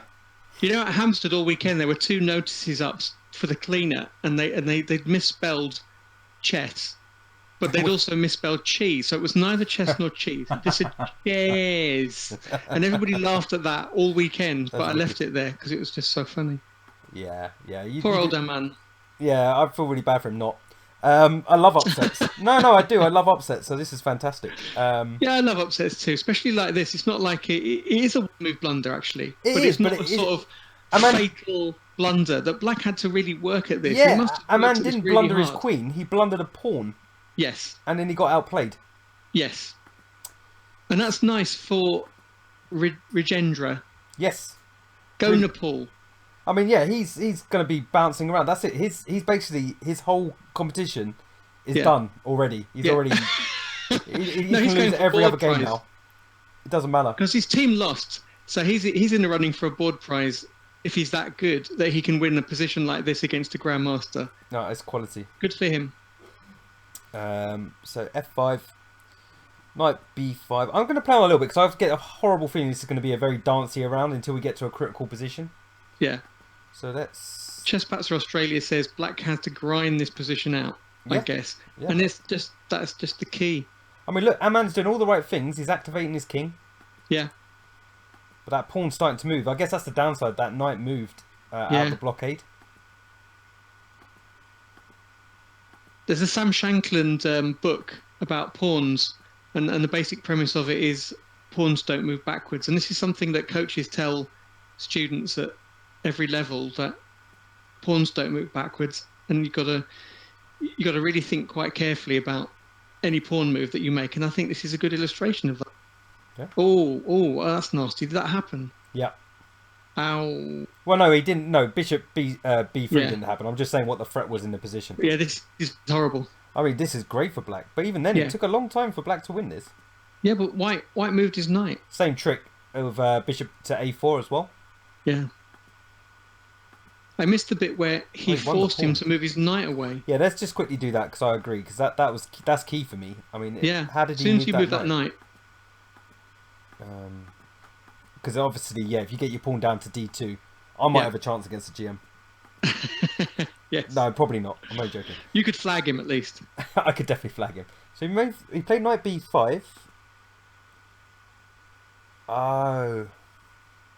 Yeah, but that doesn't stop anything. Knight B2 attacking the pawn. Push the pawn. King F6. What? Ah, the king can come in. The king can come into E6, right? Maybe. Stopping the knight. Why can't we play F4 here? He didn't play it. Oh, that looks horrible, doesn't it? Still knight back. Why is he not playing his knight back? That was his chance. After he played Rook D7, why didn't he just... no, maybe you've got knight D1 check. Right. And just a few moves ago. Oh, no, but I'm saying this is the point where the knight got no chance coming back, right? If it went back... After Rook E7, why not just knight D5? Okay, and your board is slightly delayed, so... No, of course, you'll see in a second. Maybe it's King E5. Maybe that's the problem. Why didn't he play knight D4 in this position? Okay. Is it because of King E5? Is it that King strong? E5 and King D6, yeah. We're right, fair enough. Bringing an extra piece into the position. Yeah, I mean, black's played superb. That was great. We didn't think about bringing in... You've just got to move that knight. We didn't think about bringing the king in to move that knight, did we? Well, I had it in my mind, but I just thought, how are you going to do that? And he did it. With two rooks on the board. Getting one pair of rooks off is the key. Major. I agree. Then you're not likely to get mated. Agree. But then when the pawn gets down to D2, I mean... Hey, Oracle. Sorry, dude. We're just wrapping up here. We're just going to get to the end of this game. A big upset. And then we're going to call it a day and I'll be back tomorrow. It's a very good game.